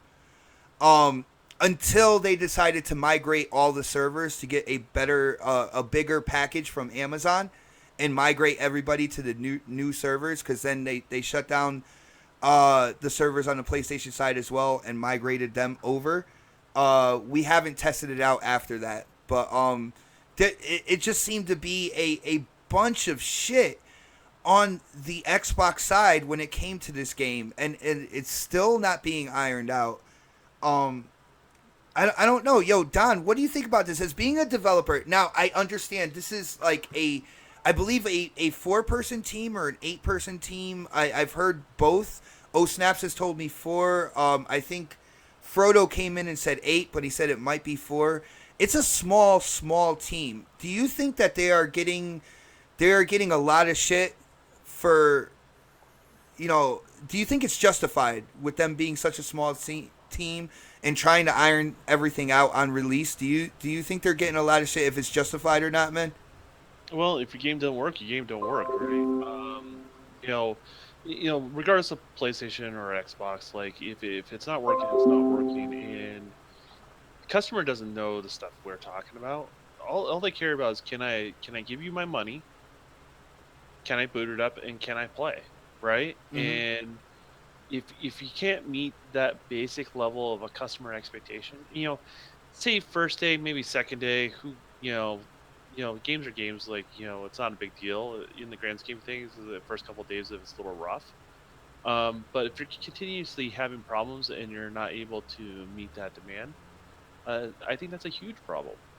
In regards to that, yes, they're a small team, but maybe they shouldn't have released it. Maybe they should have done a little bit more of a pre-order type thing to kind of anticipate the workload of the servers. There's a lot of things they could have done to handle the launch a little bit better.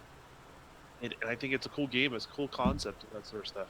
But failure to launch, that's a big thing for multiplayer games. That's the reason why a lot of these games have betas and stuff like that on the grander scale, because they know launch is huge, and if the multiplayer doesn't work, then it's a problem. I mean, look at Master Chief Collection, right? I mean, that's goodness. Now that's what screwed up people's opinion of that game. It's not that the single player doesn't work. It doesn't mean I can't play co-op on any of the game types. I absolutely can. It works flawless for that. But matchmaking kind of sucks, and people want to say don't give 3 crap or anything like that, but they still oversee the project regardless of who they signed it off to. Yeah. So you gotta hold, I mean, I'm talking a big game, but at the end of the day, when you're a developer, you have a responsibility to your customer base, right? And if your customers want to kind of be forgiving because of your development studio size or anything like that, that you know that's cool. That's cool that you have that following, but you shouldn't expect that. In regards to that, you failed to release a product that works, and that's a problem. And I think this is one of the good things, the reason why we have self refunds. Like if you bought this game and you can't get it to work, you should be able to self refund you your money. And when you find out that they got got the game up and running again, maybe you'll give it a shot again, and buy it then. Mm-hmm. But I don't really think giving excuses is right in this particular situation. I got you. I mean, I understand what you're saying. I like it's a fine line when it comes to me. Like, I can see having the smaller team and stuff like that. But Don, I think you're absolutely right as well. If it wasn't like if it wasn't ready, one thing I gotta ask you guys: was there an availability to pre-order this game without being a backer? On the platforms, do you know? Was there an ability to? No, I don't think so. And see that would make me lean more towards the devs as well then, because if they had pre-orders, they would have seen the number of people pre-ordering the game, and they might have invested in a bigger server package at that point in time, seeing how many people have pre-ordered. It's like, oh damn, now we might have 50,000 people playing at once. We gotta like upgrade our servers or whatever. But since there was no pre-order, I will give them. I'll give them some leniency on that, because they didn't have a way of seeing, how many people were gonna buy that. So that in that one instance, I could see pre-ordering being a good thing. With these, at least with a new development team, and trying to figure out how many people would actually be on the game at once, and making sure they have enough servers and the quality of servers to be able to accommodate all the gamers out there. But Newark, what? Hey, guys. Oh, what's up? I have a couple minutes to spare. I said they're talking about Friday the 13th. I gotta get on here. Oh, it is. Oh, snaps. Yeah. What do you think about the game, and what do you think about the launch? All right. So first of all, I might bot because I'm on the LTE, but the game launch was a fucking massacre. It was so bad. Mm-hmm. But this isn't the first time this has happened to a game, and like you were stating earlier, it's either a 4 to 8 person team. The game is so much fun if you have the right group of friends. I even played with randoms, and I had a freaking blast. We were sharing the controller. It definitely gives you a lot of anxiety, and it's a real good time, especially like if you're into like jump scares and shit like that. It's pretty cool. I love the game, and I definitely like, if somebody's weary about it, I would say wait till it goes on sale if you don't want to pay, especially right now with all the problems that they're having with the launch, because it's probably not going to be fixed right away. It's been what, a whole like 24 hours and change. I don't know, but I think it's a really great game, and if people are into it and they're not sure, then you might want to wait a little bit longer, because you're going to have a crappy experience if it's not working. But when it's working, you guys, it is so much fun. K-Mega, definitely join us, because we have a fucking blast. This game brings out the psycho in people. I don't know what you're talking about. Yeah, okay. You remix Dark Optimus. Remix, like, actually scared me. What's happened to these people? And even myself, I'm like, kill him. Go get him, bot. Make sure you stab him. And I'm like, what is wrong with me? But guys, it is such an awesome game. It's a lot of fun. So I definitely say, like, give it a week or two and pick it up if you can.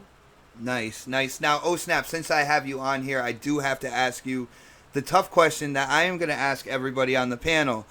Longevity. Do you think that this will last, or do you think within a couple weeks the Guys, every game that we buy, like the fun shiny part of it fades. Like, doesn't matter what game it is. I know there's like Battlefield 1 doesn't. Not Halo 5. That's still the best game on Xbox right now. And that's all I play, with 300 titles on my hard drive. All right, see, so you have 299 other games that lost their shininess, right? Great point. Oh, damn. Oh, Damn, she got you, Newark. she just killed me right there. Oh. So I think at some point, if you pick up Newark, you will have fun and you will join us and we I will would let. get football I together. Oh ain't yeah, gonna let those snaps beat me I'm out. definitely looking forward to it. But the launch issues had me. But if we could get some private matches together, I'd definitely hop in. Well, Listen, we were playing today and I got kicked off and everybody was still playing and I was pissed. And yesterday I had a tantrum to the point where I freaking cried. I was like, I took a day off for this stupid game. I was like a little child. It was ridiculous. But I would, definitely recommend people wait until the game is a little bit more stable. And you guys are going to freaking love it. now, Really? Mm. I watched Dashi XP play it, and it's hilarious. I mean, like, Once the servers are more stable, I will be doing a giveaway for it. I'm just throwing it out there. that's what I was just gonna ask you. Like, let everybody know that once it's more stable, you're gonna do what? Have a giveaway of the game. The full title Either game. platform. So yeah, I'm looking forward to that. But I do have to go, you guys. I just want to stop in and give my opinion on Friday the 13th. You guys are all amazing. Everybody in the chat. Bye. Bye, Snaps. All right, Snaps. Bye, next fam. I'll see you guys soon. Nice. Indeed. Later. She keeps us in line when she's here. Yo, well, it was funny. Like when I was thinking about the Friday the 13th topic, I was like, man, she might find a way to get in here for that one, because like I said, it's one of her most anticipated titles this year. I know it was Friday the 13th. I mean, she backed it. That's how much she wanted to play this game. And then I think the next title that has a possibility of coming out this year for her would be Sea of Thieves. That would be another game that is really on her radar. So like when we started with the Friday the 13th, I was kind of thinking in the back of my head if she's going to find a way to get on here. So that was awesome to hear O-Snap's opinion. And O-Snaps, you came through absolutely clear. 99.9% of that whole thing. And I don't know. So I think I was on Newark. What do you think about the Friday the 13th game? I know you heard what O-Snap said. Now has that kind of like changed your idea? And what do you think about the launch of it, man? Yep, it changed my idea like 100%. At first, I was iffy about it. I mean, it looked fun to watch people playing it. It's sort of. I'm about to name two games, and you'll see where I'm coming from. Fable Legends and Evolve. You get where I'm coming from? Mm-hmm. Like that one verse, multiple kind of. Yeah, but I mean, I've watched Dashi play, and a couple of people, and the game looked fun as hell, man. Like it looked really fun, but the launch issues is what got me. You know what I'm saying? A lot of people in the groups or whatever was saying how, first of all, it took long as hell for it even to show up in the Xbox store. Mm-hmm. And now the network problems. Now I also watched if y'all heard of the guy Angry Grandpa, and then you got his son, I believe it is, kid behind the camera. He got the game or whatever, but he had it on PlayStation, and he couldn't, like, it was server issues day one. So I'm like, damn, like it's on both platforms or whatever. So I was like, maybe it's such an issue. So I'm figuring like when the game, like once they iron everything out, I'll definitely pick it up, man. Like you can't go wrong. Nice. Yo, I can say when it comes to the game, my personal experience, I have a lot of fun playing. Again, it's with the group of people like Dark Optimus. Shout out to Dark Optimus. Remix Essence. Our boy Frodo out there. Neth came in. I call him Neth. I think his name on Twitter is Nethelez or something like that. Of course, Killer Scorpion, Midlife Crisis. Like we had a bunch of private matches with a bunch of really cool people in the community from Twitter and stuff like that, and we had a lot of fun with it. All right. I am still concerned about its longevity personally. I got to see what the DLC is going to offer down the road.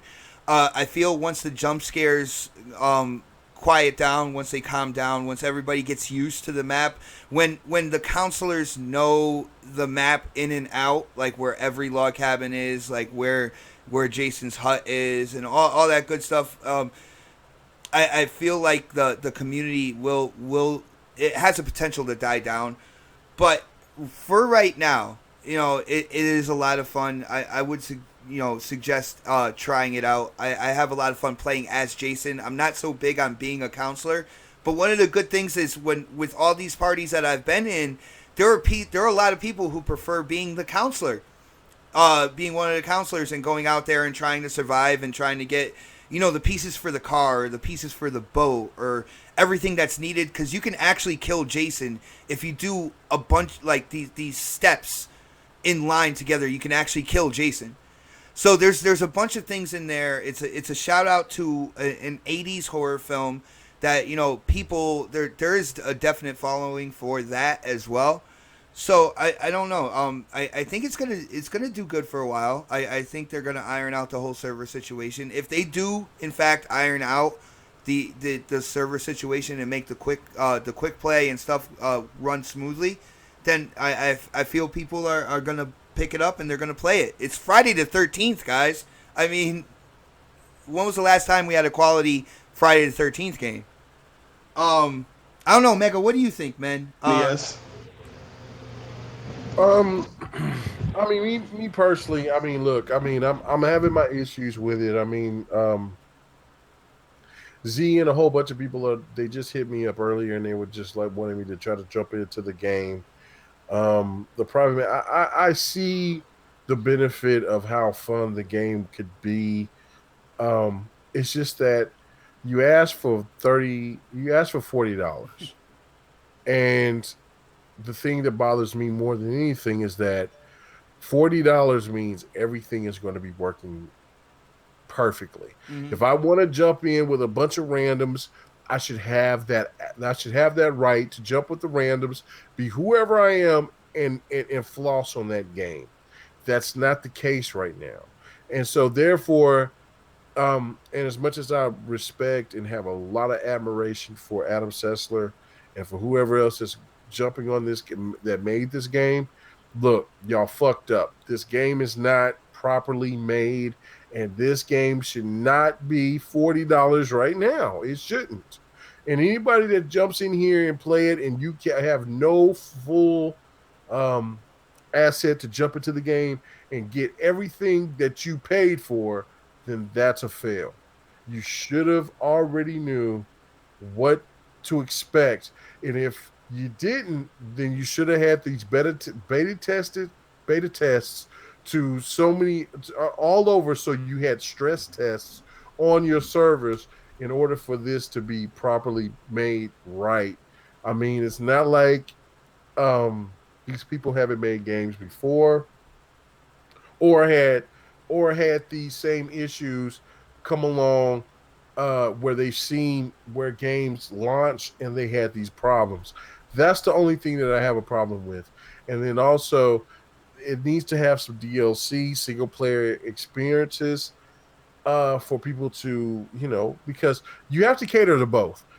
Now this generation, you have to cater to both. There's so many people that say, look, Xbox needs to be more online friendly, and then PlayStation can be more single player friendly. No, you have to cater to both, and you have to address that. Now I know that this is an Xbox or a PlayStation problem per se, but this team should have addressed that, and this thing should have been a lot more flawless because they had plenty of time to fix this. No doubt. Yo, Mega, when it comes to the single player, and I'm on Coffee Casuals and Consoles on Oh Snap It Smells channel, Right. Every Wednesday morning, right? And I brought that up, and Oh Snap said to her it wasn't a big deal. She's more of a multiplayer game. But I was thinking about, like, the gaming community, and I know Oh Snaps, she is definitely partial to this game. Like, I don't think she'll deny that at all. I think even Supersonic Station, he's been waiting for this game as well. He is a big, like, horror fan, especially, like, 80s horror and stuff like that. So, he was looking forward to this game as well. But I said that, when it comes to the single player, I would want that to release with the game itself, because they came out and said that the single player is coming, but it's not going to be ready at launch. I'm interested to see what the single player is like, because I want to see a single player with this game that really goes back to the movies. You know what I'm saying? I want an in-depth kind of like single player that brings you even to the cheesiness of the 80s horror type stuff. And I'm hoping that they do something like that. And I was hoping that it would be ready at launch. And I said that is a hit for me. That they just took a hit. That dev team just took a hit. That game just took a hit for me because the single player wasn't ready. And now to see the launch and everything like that, man, it was a disastrous launch. But I feel like it's gonna even out. I feel like it's gonna smooth out, and it's gonna do it within between today and the next couple of days. Everything's gonna get better. But just think about how much money that you lost right now because the launch was not successful.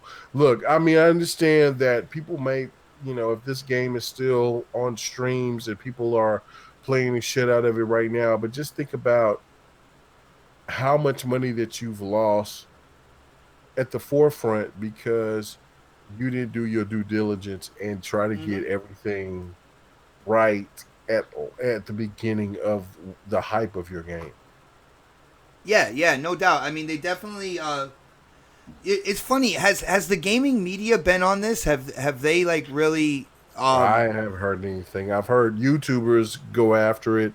I've heard some YouTube, like the PC gamers, they love it because everything came out right for them. But for consoles, it's kind of like the second stepchild on that aspect, and it seemed like the company was only wanting to make sure that the PC crowd got what they wanted first, and then for us, the console gamers, we'll get the crumbs. But when it comes down to it, in all actuality, the console gamer is the one that makes that game becomes mainstream. You know what I'm saying? As many PlayStation PC gamer is what made it actually happen in the first place. You got That to is keep in mind true. the PC Well, gamer no. is the backer of I the know game. that. You can't forget about that, though. No. I did. I said that. I said that the PC gamer is got what they were expecting, but the console gamer is what makes the game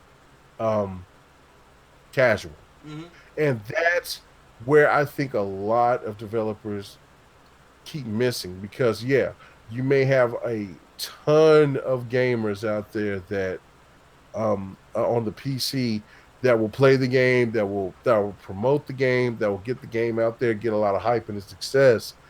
But it really generates one of these things where the PC gamer gets all the spoils. The console gamer is the one that gets that game to where the developers get all the money. That is true. I don't think people really realize that. I don't even think developers realize that. Console gaming is what makes the developers get their money. Well, PC gamers go ahead, man. Well, I'm just saying, PC gamers, they make their money off of the PC game. Console gamers are the ones that gives the devs their money. That is true, because not for anything, when you think about the groups of gamers out there, if you want to be stereotypical, if you want to put section people off and stuff, there is a huge casual gamer market when it comes to consoles. All right. Not so much with the PC. You don't see a casual gamer like buying a rig powerful enough to play Lawbreakers or something like that. You know what I'm saying? That takes a dedicated gamer right there. So when it comes to selling software, you definitely got to pay respect to the console space, because they have a bigger casual market that the hardware is pretty much uniform, even though we're getting these mid-gen refreshes and stuff now. But the games will play across all the devices, so you have a bigger market on the console side that wouldn't be on the PC side, because they're not worried about what GPU they're running, what CPU, how much memory they have to run certain games and stuff like that. I feel that there's a bigger casual market in the console space. So that would be, I would think that's accurate, that they would make their money in the console space, just for the fact that there's a bigger casual community out there. Right. I mean, I know what I'm saying, and I didn't hear Don. Don is usually jumping on that and saying, "Well, no, this is not." But this is, but I think he knows what I'm saying is right because of the PC space gives the exposure, but the fact that the PC gamer that is exposing that game, they're the ones that benefit more than the dev does because whoever got their hands on that game first or early, they got a discount. So therefore, the people that are supporting that viewer, or I mean, well, that player, they're spending money on that stream towards them, not towards the game, because they want to see that they want to see that gamer reach whatever level that they can because they are a fan of that. Console gaming is totally different because they can get the maximum price for that game, and that game goes towards the developer. That's why, you know what I'm saying, other than while GameStop do the bullshit that they do, if the game is bought digitally, the developer benefits because if it's popular with the game the gamers that buy that game digitally, that money goes straight to the developer, and then for whatever YouTuber or whatever that's playing it off of their console, then it goes however it goes. But with the PC crowd, it's totally different. And that's why I think the Lawbreakers should have been on the Xbox first. Not because, fuck, you know what I'm saying? I understand why Cliffy B did it because there's so many more people on the PlayStation than it is Xbox. But the fact that this game or Friday the 13th has a better online experience, they should have did their due diligence and make sure that game worked properly in order for them to get the full benefits of the money that they should have got, instead of now that there's people like me or others out there that's like, man, I'll wait till that game becomes free on Xbox Live, or I'm not going to get that game, or I'll just watch other people play it. That's where Friday the 13th has their problem. They should have had their servers already ready. They should have tested their servers. They should have had them to where like with Destiny and other other games where they came out there and they test that they did a stress test to make sure how many people can be on there. I don't think that they had enough faith in their own game themselves. And you know what I'm saying? As much as I love Adam Sessler and them, that was a huge mistake. They should have made sure that game was going to be ready at launch so everybody could be able to stream it. I think they should have done more pre-orders. Pre-orders, definitely, dude. I think that would have been huge. The solution, because then you can see exactly how much basically server space you need in order to run that game properly. It's probably not even an issue with the code. It's just the fact that they have to get it on a server that can handle the load, right? Exactly. So, from everything I'm hearing, and I've been pretty harsh on the developers. I think they're good guys and all that sort of stuff, but that's management. That's simple management. You under promise and over deliver. That's how you run a business. Period. When you deal with customers, right? It doesn't matter if it's games or some other business like automobiles or whatever it may be, right? And if you can't get that basic principle and you can't be prepared when you release a product, that is a real issue. That's why I always, I don't want gaming to have a special excuse over anything else that you would purchase or spend your money on, or you be upset because something is unprepared or something doesn't work that you receive, right? That you spend your hard-earned dollars. So, they're good guys. It's really not a judge of their character, but that was poor management. There were simpler things they could have done in regards to that. In a beta, all it would have done is help the game do really, really well. People would have been forgiving if they got into the beta and the beta wasn't working smoothly because it's a beta, didn't pay money for it, right? And people that get in say, hey, it's a really good game because it is a really good game. would have given that excuse, and they would be able to get it taken care of. So there were things they could have done.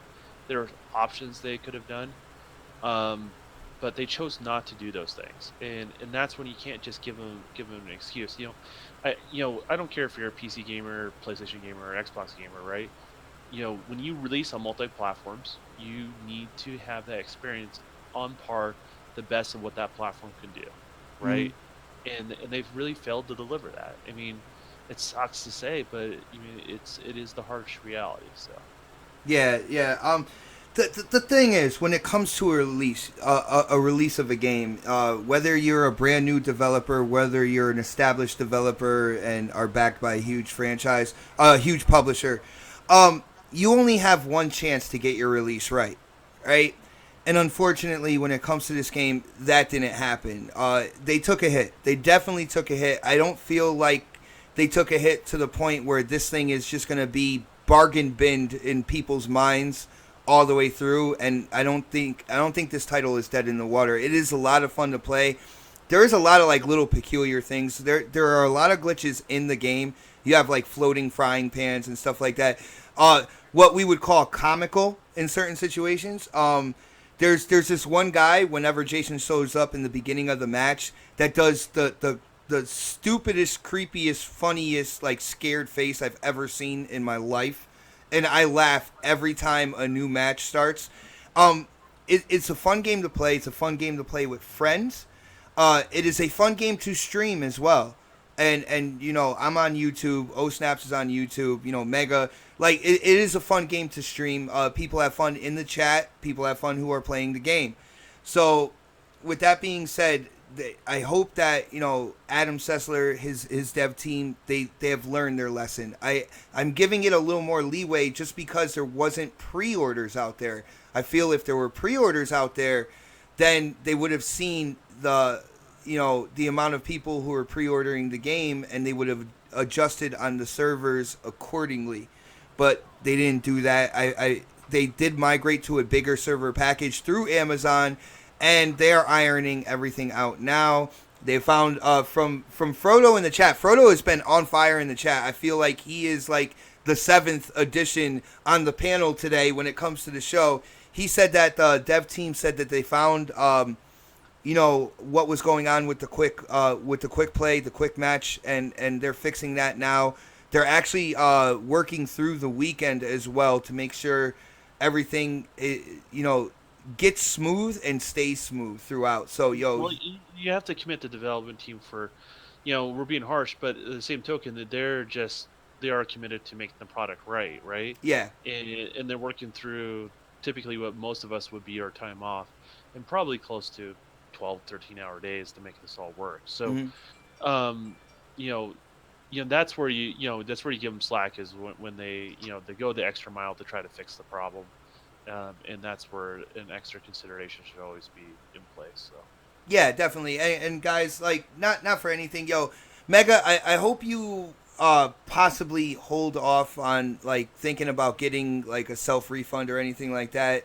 Um, if anything, Mega, you have me and O Snaps to go to see if the game is running solid. Just as long as you're not like sitting there waiting for a match for 2 hours, you'll be able to get your refund back. What was the time base on the self refunds again? Do you guys remember?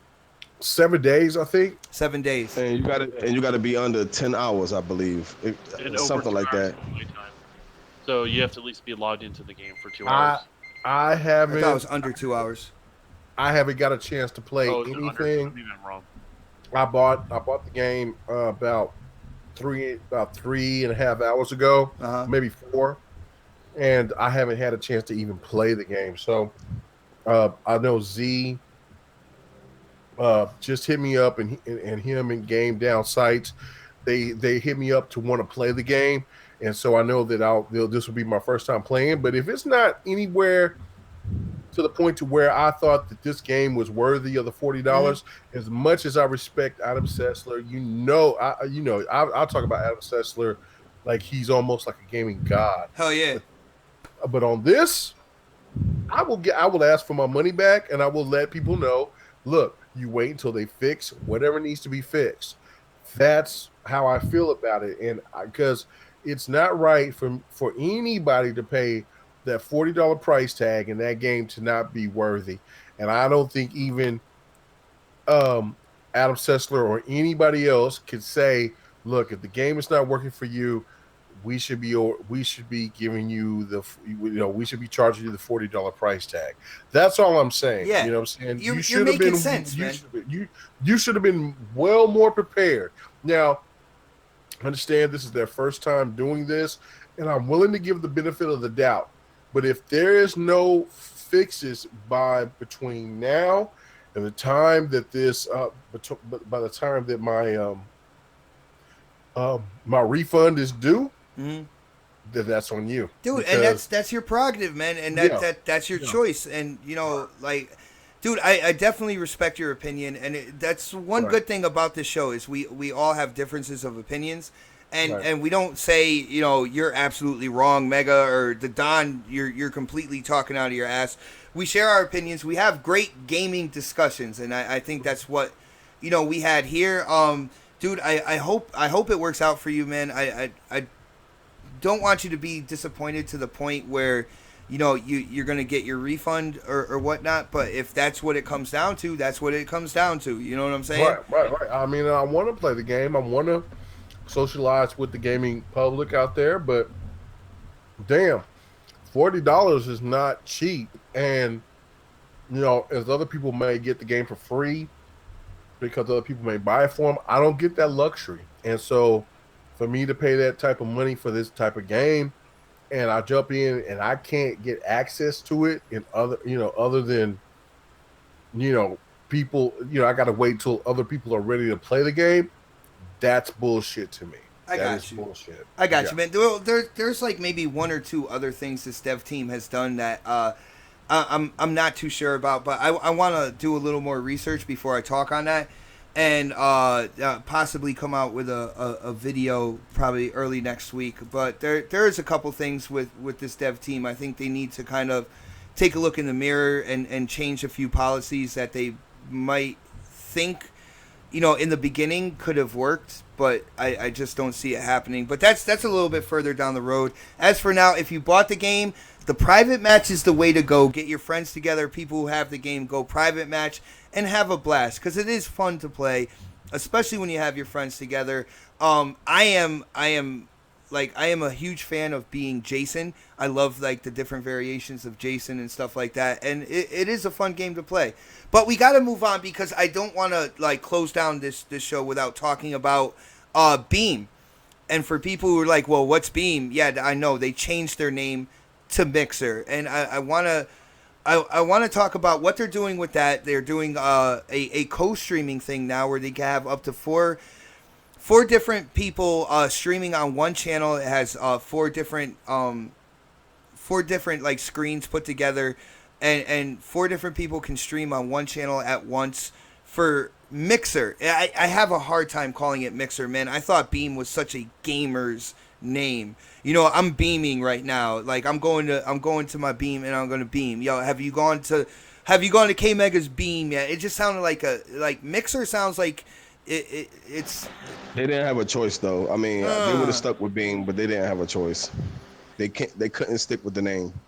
Mega. My bad. Newark, let's start with you, man. Like, why couldn't they stick with the name Beam? And what do you think about this progression when it comes to this kind of like I don't know, game streaming network, man? They couldn't stick with the name Beam because they couldn't clear the name in other countries, so they couldn't use the name Beam. Oh, okay. In other countries for the service. That's the reason why they had to change the name to Mixer. I guess the name Mixer makes a lot of sense, even though shout out to my homeboy Robbie Rob, where he said it sounded like a DJ Android app. but that's the reason why they couldn't stick with the name Beam. But I like the name Beam also better, because I still call it Beam by mistake, and probably within a couple of years I would still refer to it as Beam. But yeah, that's the reason why. I got you. Well, what do you think about this whole co-streaming thing and stuff like that? Do you think Beam like, do you think they're going to take over? Do you think they're going to compete with Twitch and YouTube and stuff? Which I know that's what Microsoft wants them to do. You know what I'm saying? Like, Yeah. Do you think that's going to happen? I don't think it's going to happen because it's Microsoft. Everybody hates Microsoft. They will find the excuse. Like even in Bang Bang, people were saying they was picking on the service because the most like when somebody's streaming, the most they ever seen somebody in the stream was like 500. And I'm like, the service is new, you know what I'm saying? Like, but they also like, it is the best streaming service though. When you think about the latency and the resolution, like YouTube or Twitch can't compare to that. I still stream to YouTube, man. I know it's a little bit more of a pain in the ass because I stream through my Elgato and you put the stream key in and all that good stuff. And with Xbox, Beam is integrated into the system. So it's just like you hit broadcast and you put it in a title and you're good to go. Well, I'm going to tell you something that's a fact. Go ahead. 2 weeks from tomorrow, 15 days from now, every diehard Xbox fan will be watching E3 through the Beam app on their Xbox. I guarantee it. Dude, I'm not know why? Why? 4K. Because it's going to be streaming in 4K. You're not going to get that stream nowhere else. If they're going to broadcast Scorpio games and show Scorpio games, you want to see it the best way you can. Through the Beam, whether you're on a website or watching it through your Xbox One S, you're going to be watching that 4K stream so you can see how the games look natively. Facts. To diehard Xbox fans. Facts. Guarantee it. Well, dude, I could definitely see that, but here's the thing. You remember Xbox Live Entertainment Interactive, where you were able to see the E3 before? Yeah, and it buffers, and then you got to go watch it on Twitch because exactly. It switched to Spanish, but this is Beam. This is not the Xbox. Like I never understood why when you watch it through the Xbox app.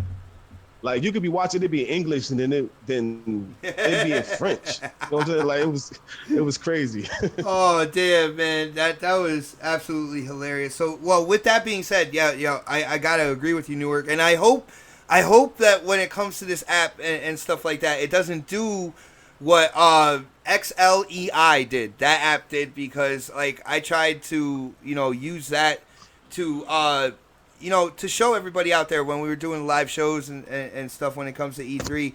And that thing just was not working, man. I had to go into Twitch and go into the official like Twitch stream and put that up on our live show and stuff. So hopefully, with Mixer, because you're still it's Mixer, man. Hopefully, I got something else to say too. You don't need a PC to do co-op broadcasts. Even if it's someone who's broadcasting and don't have a PC, you can go through your Microsoft Edge app, and what you do is you start a stream. You could even YouTube it how to do it, but you start a stream and you send an invite to someone to join your broadcast, and then when you do, you can select the layout and everything straight from any web browser, and it works like that. So you could probably do it from your cell phone then as well. Most likely. I haven't tried the phone, but yeah, most likely. It's just through a browser. You they accept the invite, and then y'all both broadcasting at the same time.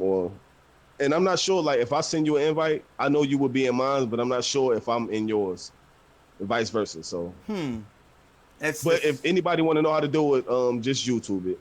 Like, there's videos up there on how to do it. That is my answer for a lot of things. Like, even O Snaps would be like, I don't know what to do here or something like that. I was like, well, we have YouTube. You just we'll YouTube it. That's how I learned how to use Paint.net.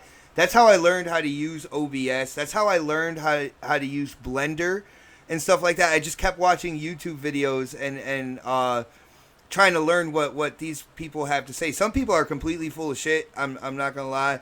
But other people actually give really good information and have taught me a lot when it comes to like programs to use and stuff like that. So YouTube is an invaluable tool when it comes to learning stuff, in my opinion. But let's hit Mega. What do you think about Mixer, man? Do you like the name? Do you wish they kept it Beam? And What do you think about this like streaming network for the future? Do you think it's going to be competitive with Twitch and YouTube and stuff? Yeah, as long as Xbox sticks with it and add, a couple of more things to it. I think with the uh, utilization of having players to show a split screen is an absolute uh, just amazing feature. Nobody has able to do that yet. That's going to be something that can be pushed for the forefront. Mm-hmm. But they got a long way to go because Twitch and YouTube and others has been solid for so many years. But the thing of it is that they have to be committed to it, which I think that they are. I like it. I've been using it a couple of times so far, and I've not been disappointed. It shows high quality. Um, it shows high quality. So everything is right for it to succeed. It's just that for the small touches that it needs to do to catch up with Twitter, it's got to do a little bit more, but it's on the right track. I got you. Well, when you talk about small touch, the streaming itself is good. It's quality. There are a few things that they really need to fix. I don't know, me, I have a preference to keep all my content in one area, right? So even when I did do some streaming on Beam and stuff, I wanted to take the video and put it over to YouTube. Now, the issue of them processing streams that you have done, there is a huge issue there. I have actually lost 2 videos that stayed processing through the 14 days that you get to have that video there. They were constantly processing, never finished processing. One of them was the Mortal Kombat tournament round 1 against K Mega that I never had a chance to put on my YouTube channel because it just stayed processing and then expired. So there are some issues with Beam that I'm not sure if people aren't talking about. Their Beam app, their mobile app, needs a lot of work. The follow button does not work. All right, so even when I find somebody new on Mixer that I want to follow and stuff like that, if I'm watching through the Beam app, I try to hit follow. It does not work. The buttons on the mobile app, at least for me on iPhone, they don't work at all. All right, there's a lot of things. It's a new network. I get that. They're adding all this extra stuff. They added the interactivity. That was one of the main things with Beam when they started was the interactivity and the low latency. But there's a lot of other things that they need to do to be able to put themselves in a position to compete with Twitch and to YouTube. And there have been rumors that Mixer might actually be going the Mixer app and being able to stream the Mixer might be going to the PlayStation 4. So, Mega, do you think that's going to happen? Do you think they need to do that as well? Wait for it. Wait for it? Wait for it. All right, well, my bad. What happened? No, you're muted right now. No, I was asking, when it comes to, Mixer competing, there was rumors about, like, the app and being able to stream to Mixer to go to PlayStation 4 as well. I asked you if you think that's going to happen, and do you think that needs to happen for them to compete? Yep. No. No? I don't think. No, because this is the thing. Like, I mean, even Porter Rockets came to me and said, look, this is a service, but this is the way Sony operates. I mean, if that's the case, then Sony would have implemented things from Samsung or from other entities out there to better their service. But Sony wants every penny of that money to come to their platform. If you bring out their Mixer right now, even though SharePlay is their bread and butter right now, people will gravitate more to Mixer because of the features that's available, and Xbox will be winning tremendously. So Phil want that though, right? Huh? Phil want Mixer on PlayStation 4, right? Phil, yeah, hell yeah, anybody would want their service to be on PlayStation while they have so many other people out there to gravitate, to that, because there's more console gamers on that platform. But Oh yeah, it's up to PlayStation to have that happen. There's a reason why EA Access is not on there, because they they too want. arrogant, yo. Yeah, Sony ain't letting that happen. no, Sony is not letting that happen. You know what I'm saying? If that's the case, we've already would had EA Access on PlayStation. They don't want any outside entity to make more money than what they have available for their fan base. What they have Twitch and they have YouTube. All right, Share Factory Right. is more or less. I know they have kind of like stream through the PSN that I've And seen. they have Daily Motion, I believe, that you can stream Yeah, to. so like it would only I don't see them turning down Mixer, because like I think they could just tout it as they would have like all the streaming networks on one piece of hardware, and Right.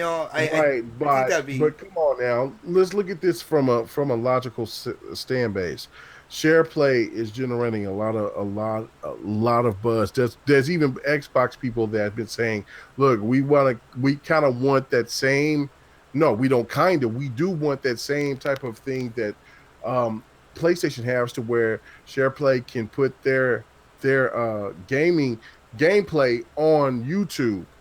So if you can, and that's not possible right now with Mixer, to where it jumps straight on YouTube. But if Mixer does add that element to it, and then they can somehow add that to the PlayStation, Microsoft is going to be coming out like a fat rat. Mm-hmm. And I don't think Sony would allow that. I just don't see that. Like, yeah, it would make more sense because PlayStation would have all of the streaming services available for everybody, but then yet that would hurt Sony, because everybody would gravitate to Mixer because of what they have available that nobody else has. You see what I'm saying? Yeah. I mean, they already took the L for Minecraft, because Minecraft is one of those games that's going to generate a lot of money. But for a service that would have more people look into the Xbox brands, and even though they could try to solicit to make it seem like this is a PlayStation thing, Xbox is not going to allow that. Xbox is going to be saying, look, this is what we do over here, and that would bring more people to gravitate to the Xbox brands. I don't see PlayStation saying, oh, that's okay. No, that's just not their motto, in my opinion. I don't know. If I'm wrong, then hey, look, I'll eat crow. I'll say, look, I'll be the first one to say, look, I was totally wrong about this, but I just don't see Sony being that type of company to allow other companies to have another company having advantages on something that they don't have an advantage of. I got you, man. I can see what you're saying about the Xbox thing. I don't know. To me, it looks a little far, kind of like a little far fetched to be like, well, you're using this Mixer streaming service on PS4. Like, I don't know. One of the things I like about the PS4 is how easy it is to stream to YouTube. Because, like I said, I like to keep all my content in one place. And I know when I first started streaming PlayStation games onto my channel, I shocked a few of my subscribers and stuff like that. But it is incredibly easy to do. And I just don't see that. Like, if there was a YouTube app on here where I could just stream to games and stuff like I don't see like how it would have me gravitate either way. But Don, what do you think about this whole, first of all, the brand change to Mixer? Do you like the name? Do you think that's a good? I think Microsoft has a real big problem with naming shit. I do. I feel like they fucking dropped the ball on a lot of things. A lot of people were pissed off about Xbox One and stuff like. I just feel like they dropped the ball on a lot of things when it comes to naming stuff. And what do you think about this streaming network going into the future, man? As far as like the name is concerned, at the end of the day, it's a name. It's bullshit. The name's garbage, man. Come on, it's garbage. Well, Beam wasn't very good either because it sounded like too much like Bing, which is another Microsoft product. You kind of keep in mind, like, they had, if you're gonna rebrand something, you're gonna have to rebrand it now before you build a reputation of being, or I mean, I'm already doing it right now. So Beam, or over the years, so that's why they had to obviously change it now. The company went before they bought it wasn't known worldwide and all that sort of stuff. And a lot of times here in the United States, we look at certain names as kind of goofy, in regards to that, but other countries don't. And so they always look at a much wider market appeal in regards to that. So you know, we're not used to the name, but that's all it is. It's just a name. We're not used to it. You'll see the icon. You'll come accustomed to being on your dashboard. You know, it's and I honestly think it's no worse or better than Twitch as far as the name is concerned. And that's I was thinking about that, Don. I was like, huh, like, because I was thinking about the name, and I was like thinking Twitch. Uh, like I could see the awkwardness when Twitch first started as well. Like, what the fuck is this? and I think the name also, even though it's live interaction with gaming, I think Mixer is going to grow beyond just gaming. As far as live interactions and live Well, yeah, streaming. they got, you can live stream from your cell phone with the Mixer app as well. So Yeah, so they're already looking and they're already being forward thinking in regards to that. So, Mixer is a wider appeal name that's not just for gamers, right? mhm. It's for other applications as well. It's just gaming is the big thing that's going to push it. Um, as far as the service is concerned, there's no service comes even remotely close to what Mixer can do these days right now. The latency, the upload quality, the even if you have a crappy connection, it has a much better upload than you have with YouTube or any other service that's currently out there Well, right it was now. also made newer. You know what I'm saying? It's a newer thing. At its foundation when it was first made. It was being made off newer technology than when YouTube or Twitch started. And I know like they've made the money and they really need to upgrade on those two sides of things. Maybe this will force them to do so as well, though. Well, the newer is not necessarily an excuse one way or another, because sometimes more mature software runs better and can perform better than new, right? Mm-hmm. So that doesn't really mean one thing or the other. The thing is, competition's there. Um, that competition has leapfrogged everybody, regardless of user base. The quality of as far as is uploading your live gameplay or live whatever is better on Mixer than anything else right now, which is good because that means YouTube's going to get better. That means hopefully Twitch gets better. I don't think Twitch is a very good service, to be honest with you. I know the Twitch app on Xbox is absolutely fucking horrible. I All hate right. Twitch. I hate Twitch on my PC. I don't like Twitch. I really don't. My matter of fact, Twitch is the main reason why I even got disinterested in streaming. To be totally frank with you, the Really? quality is so poor across the board, and it's not like I have a bad connection or anything like that for that sort of stuff. Mm-hmm. I just would go back and look at it. It's like, man, the quality is so poor. This is, I don't want to get on I don't want to build build up on this if I Yeah. am going to do live streaming. So, Build your you know, castle on a pillar of salt, basically.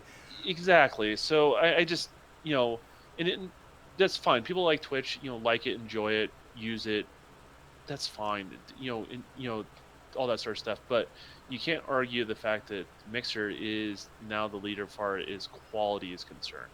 Not user base, but quality. Mm-hmm. And they'll do fine with it. I think it will compete with Twitch because Twitch is still in its infancy stages. As far as that goes, I think you'll see a lot of people go to Mixer. Microsoft knows that they have the numbers. They wouldn't be investing this much into it if they didn't believe so. And I think they are going to release that on other platforms like PlayStation. And Mm-hmm.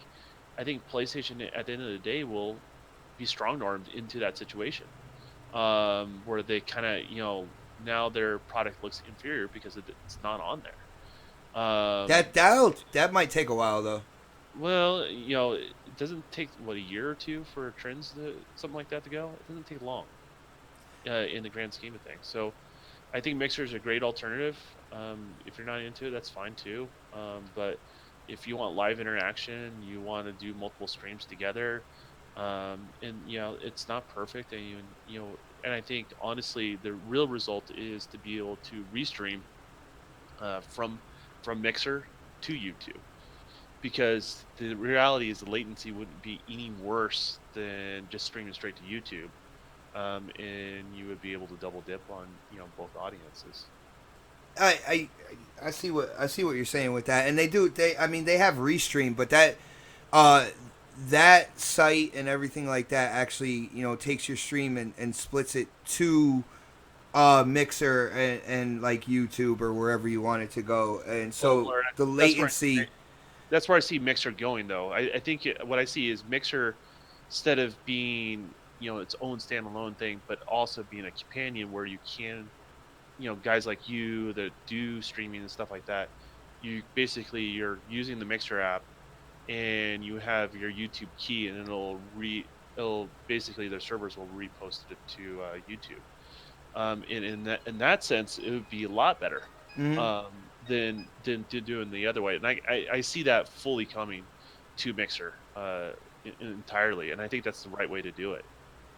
I actually like that idea because I know I've said this a couple times during this show, but I'll keep saying it. I like having the content for the people who follow me, the people that subscribe to me. I don't want to get them to run around to different places and stuff like that. I want to keep my content in one place and have that one dependable area where you can, find like my streams, my videos, and stuff like that. So, Well, think of this scenario. Like, okay, so let's just be hypothetical. So you stream to Mixer first, right? mm-hmm, And Mixer will restream to your YouTube, right? mm-hmm, The your audience on YouTube, if they prefer to go, and that's where they prefer to find you, they can go there. It doesn't affect your YouTube channel any sort of negative way, right? And at the end of the day, they know the experience is what it is, and it's no different. But for your audience that wants your hardcore fans that want to interact with you, right? And want that live information, that live feedback back and forth. mm-hmm. They're going to go to, you have them go to Mixer, and they have a better experience. Then they're more attached to tuning into what you do, and it really complements each other. It doesn't really take away from one another. And I think that's what people need to kind of understand. I don't Well, think if it you do, takes away. if it goes the way you said, yeah, that would be awesome. I would consider it more. I do feel like there's a lot of things that they need to to do in the background when it comes to like the processing videos and stuff like that. Um, I don't know. As of right now, I am very happy streaming to YouTube. I do stream on Mixer. I haven't streamed since they changed the name to Mixer, but I am part of a stream team on Mixer with my boy Noble Addiction, O Snaps, Supersonic Station, Creating Beyond Limits.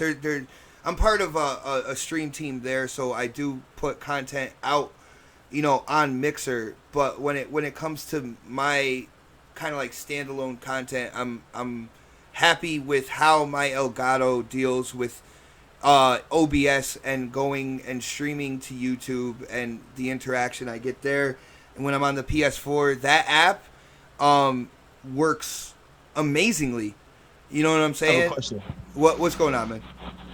You know how like when we was playing Halo or whatever, like sit, like can't you?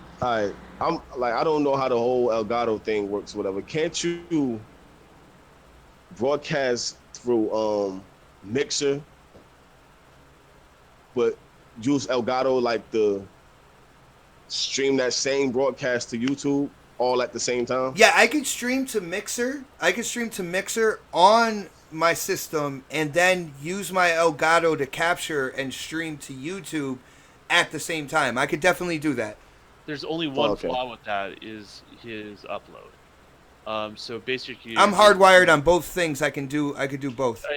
but no, what I'm saying is your router is basically doing two upstreams.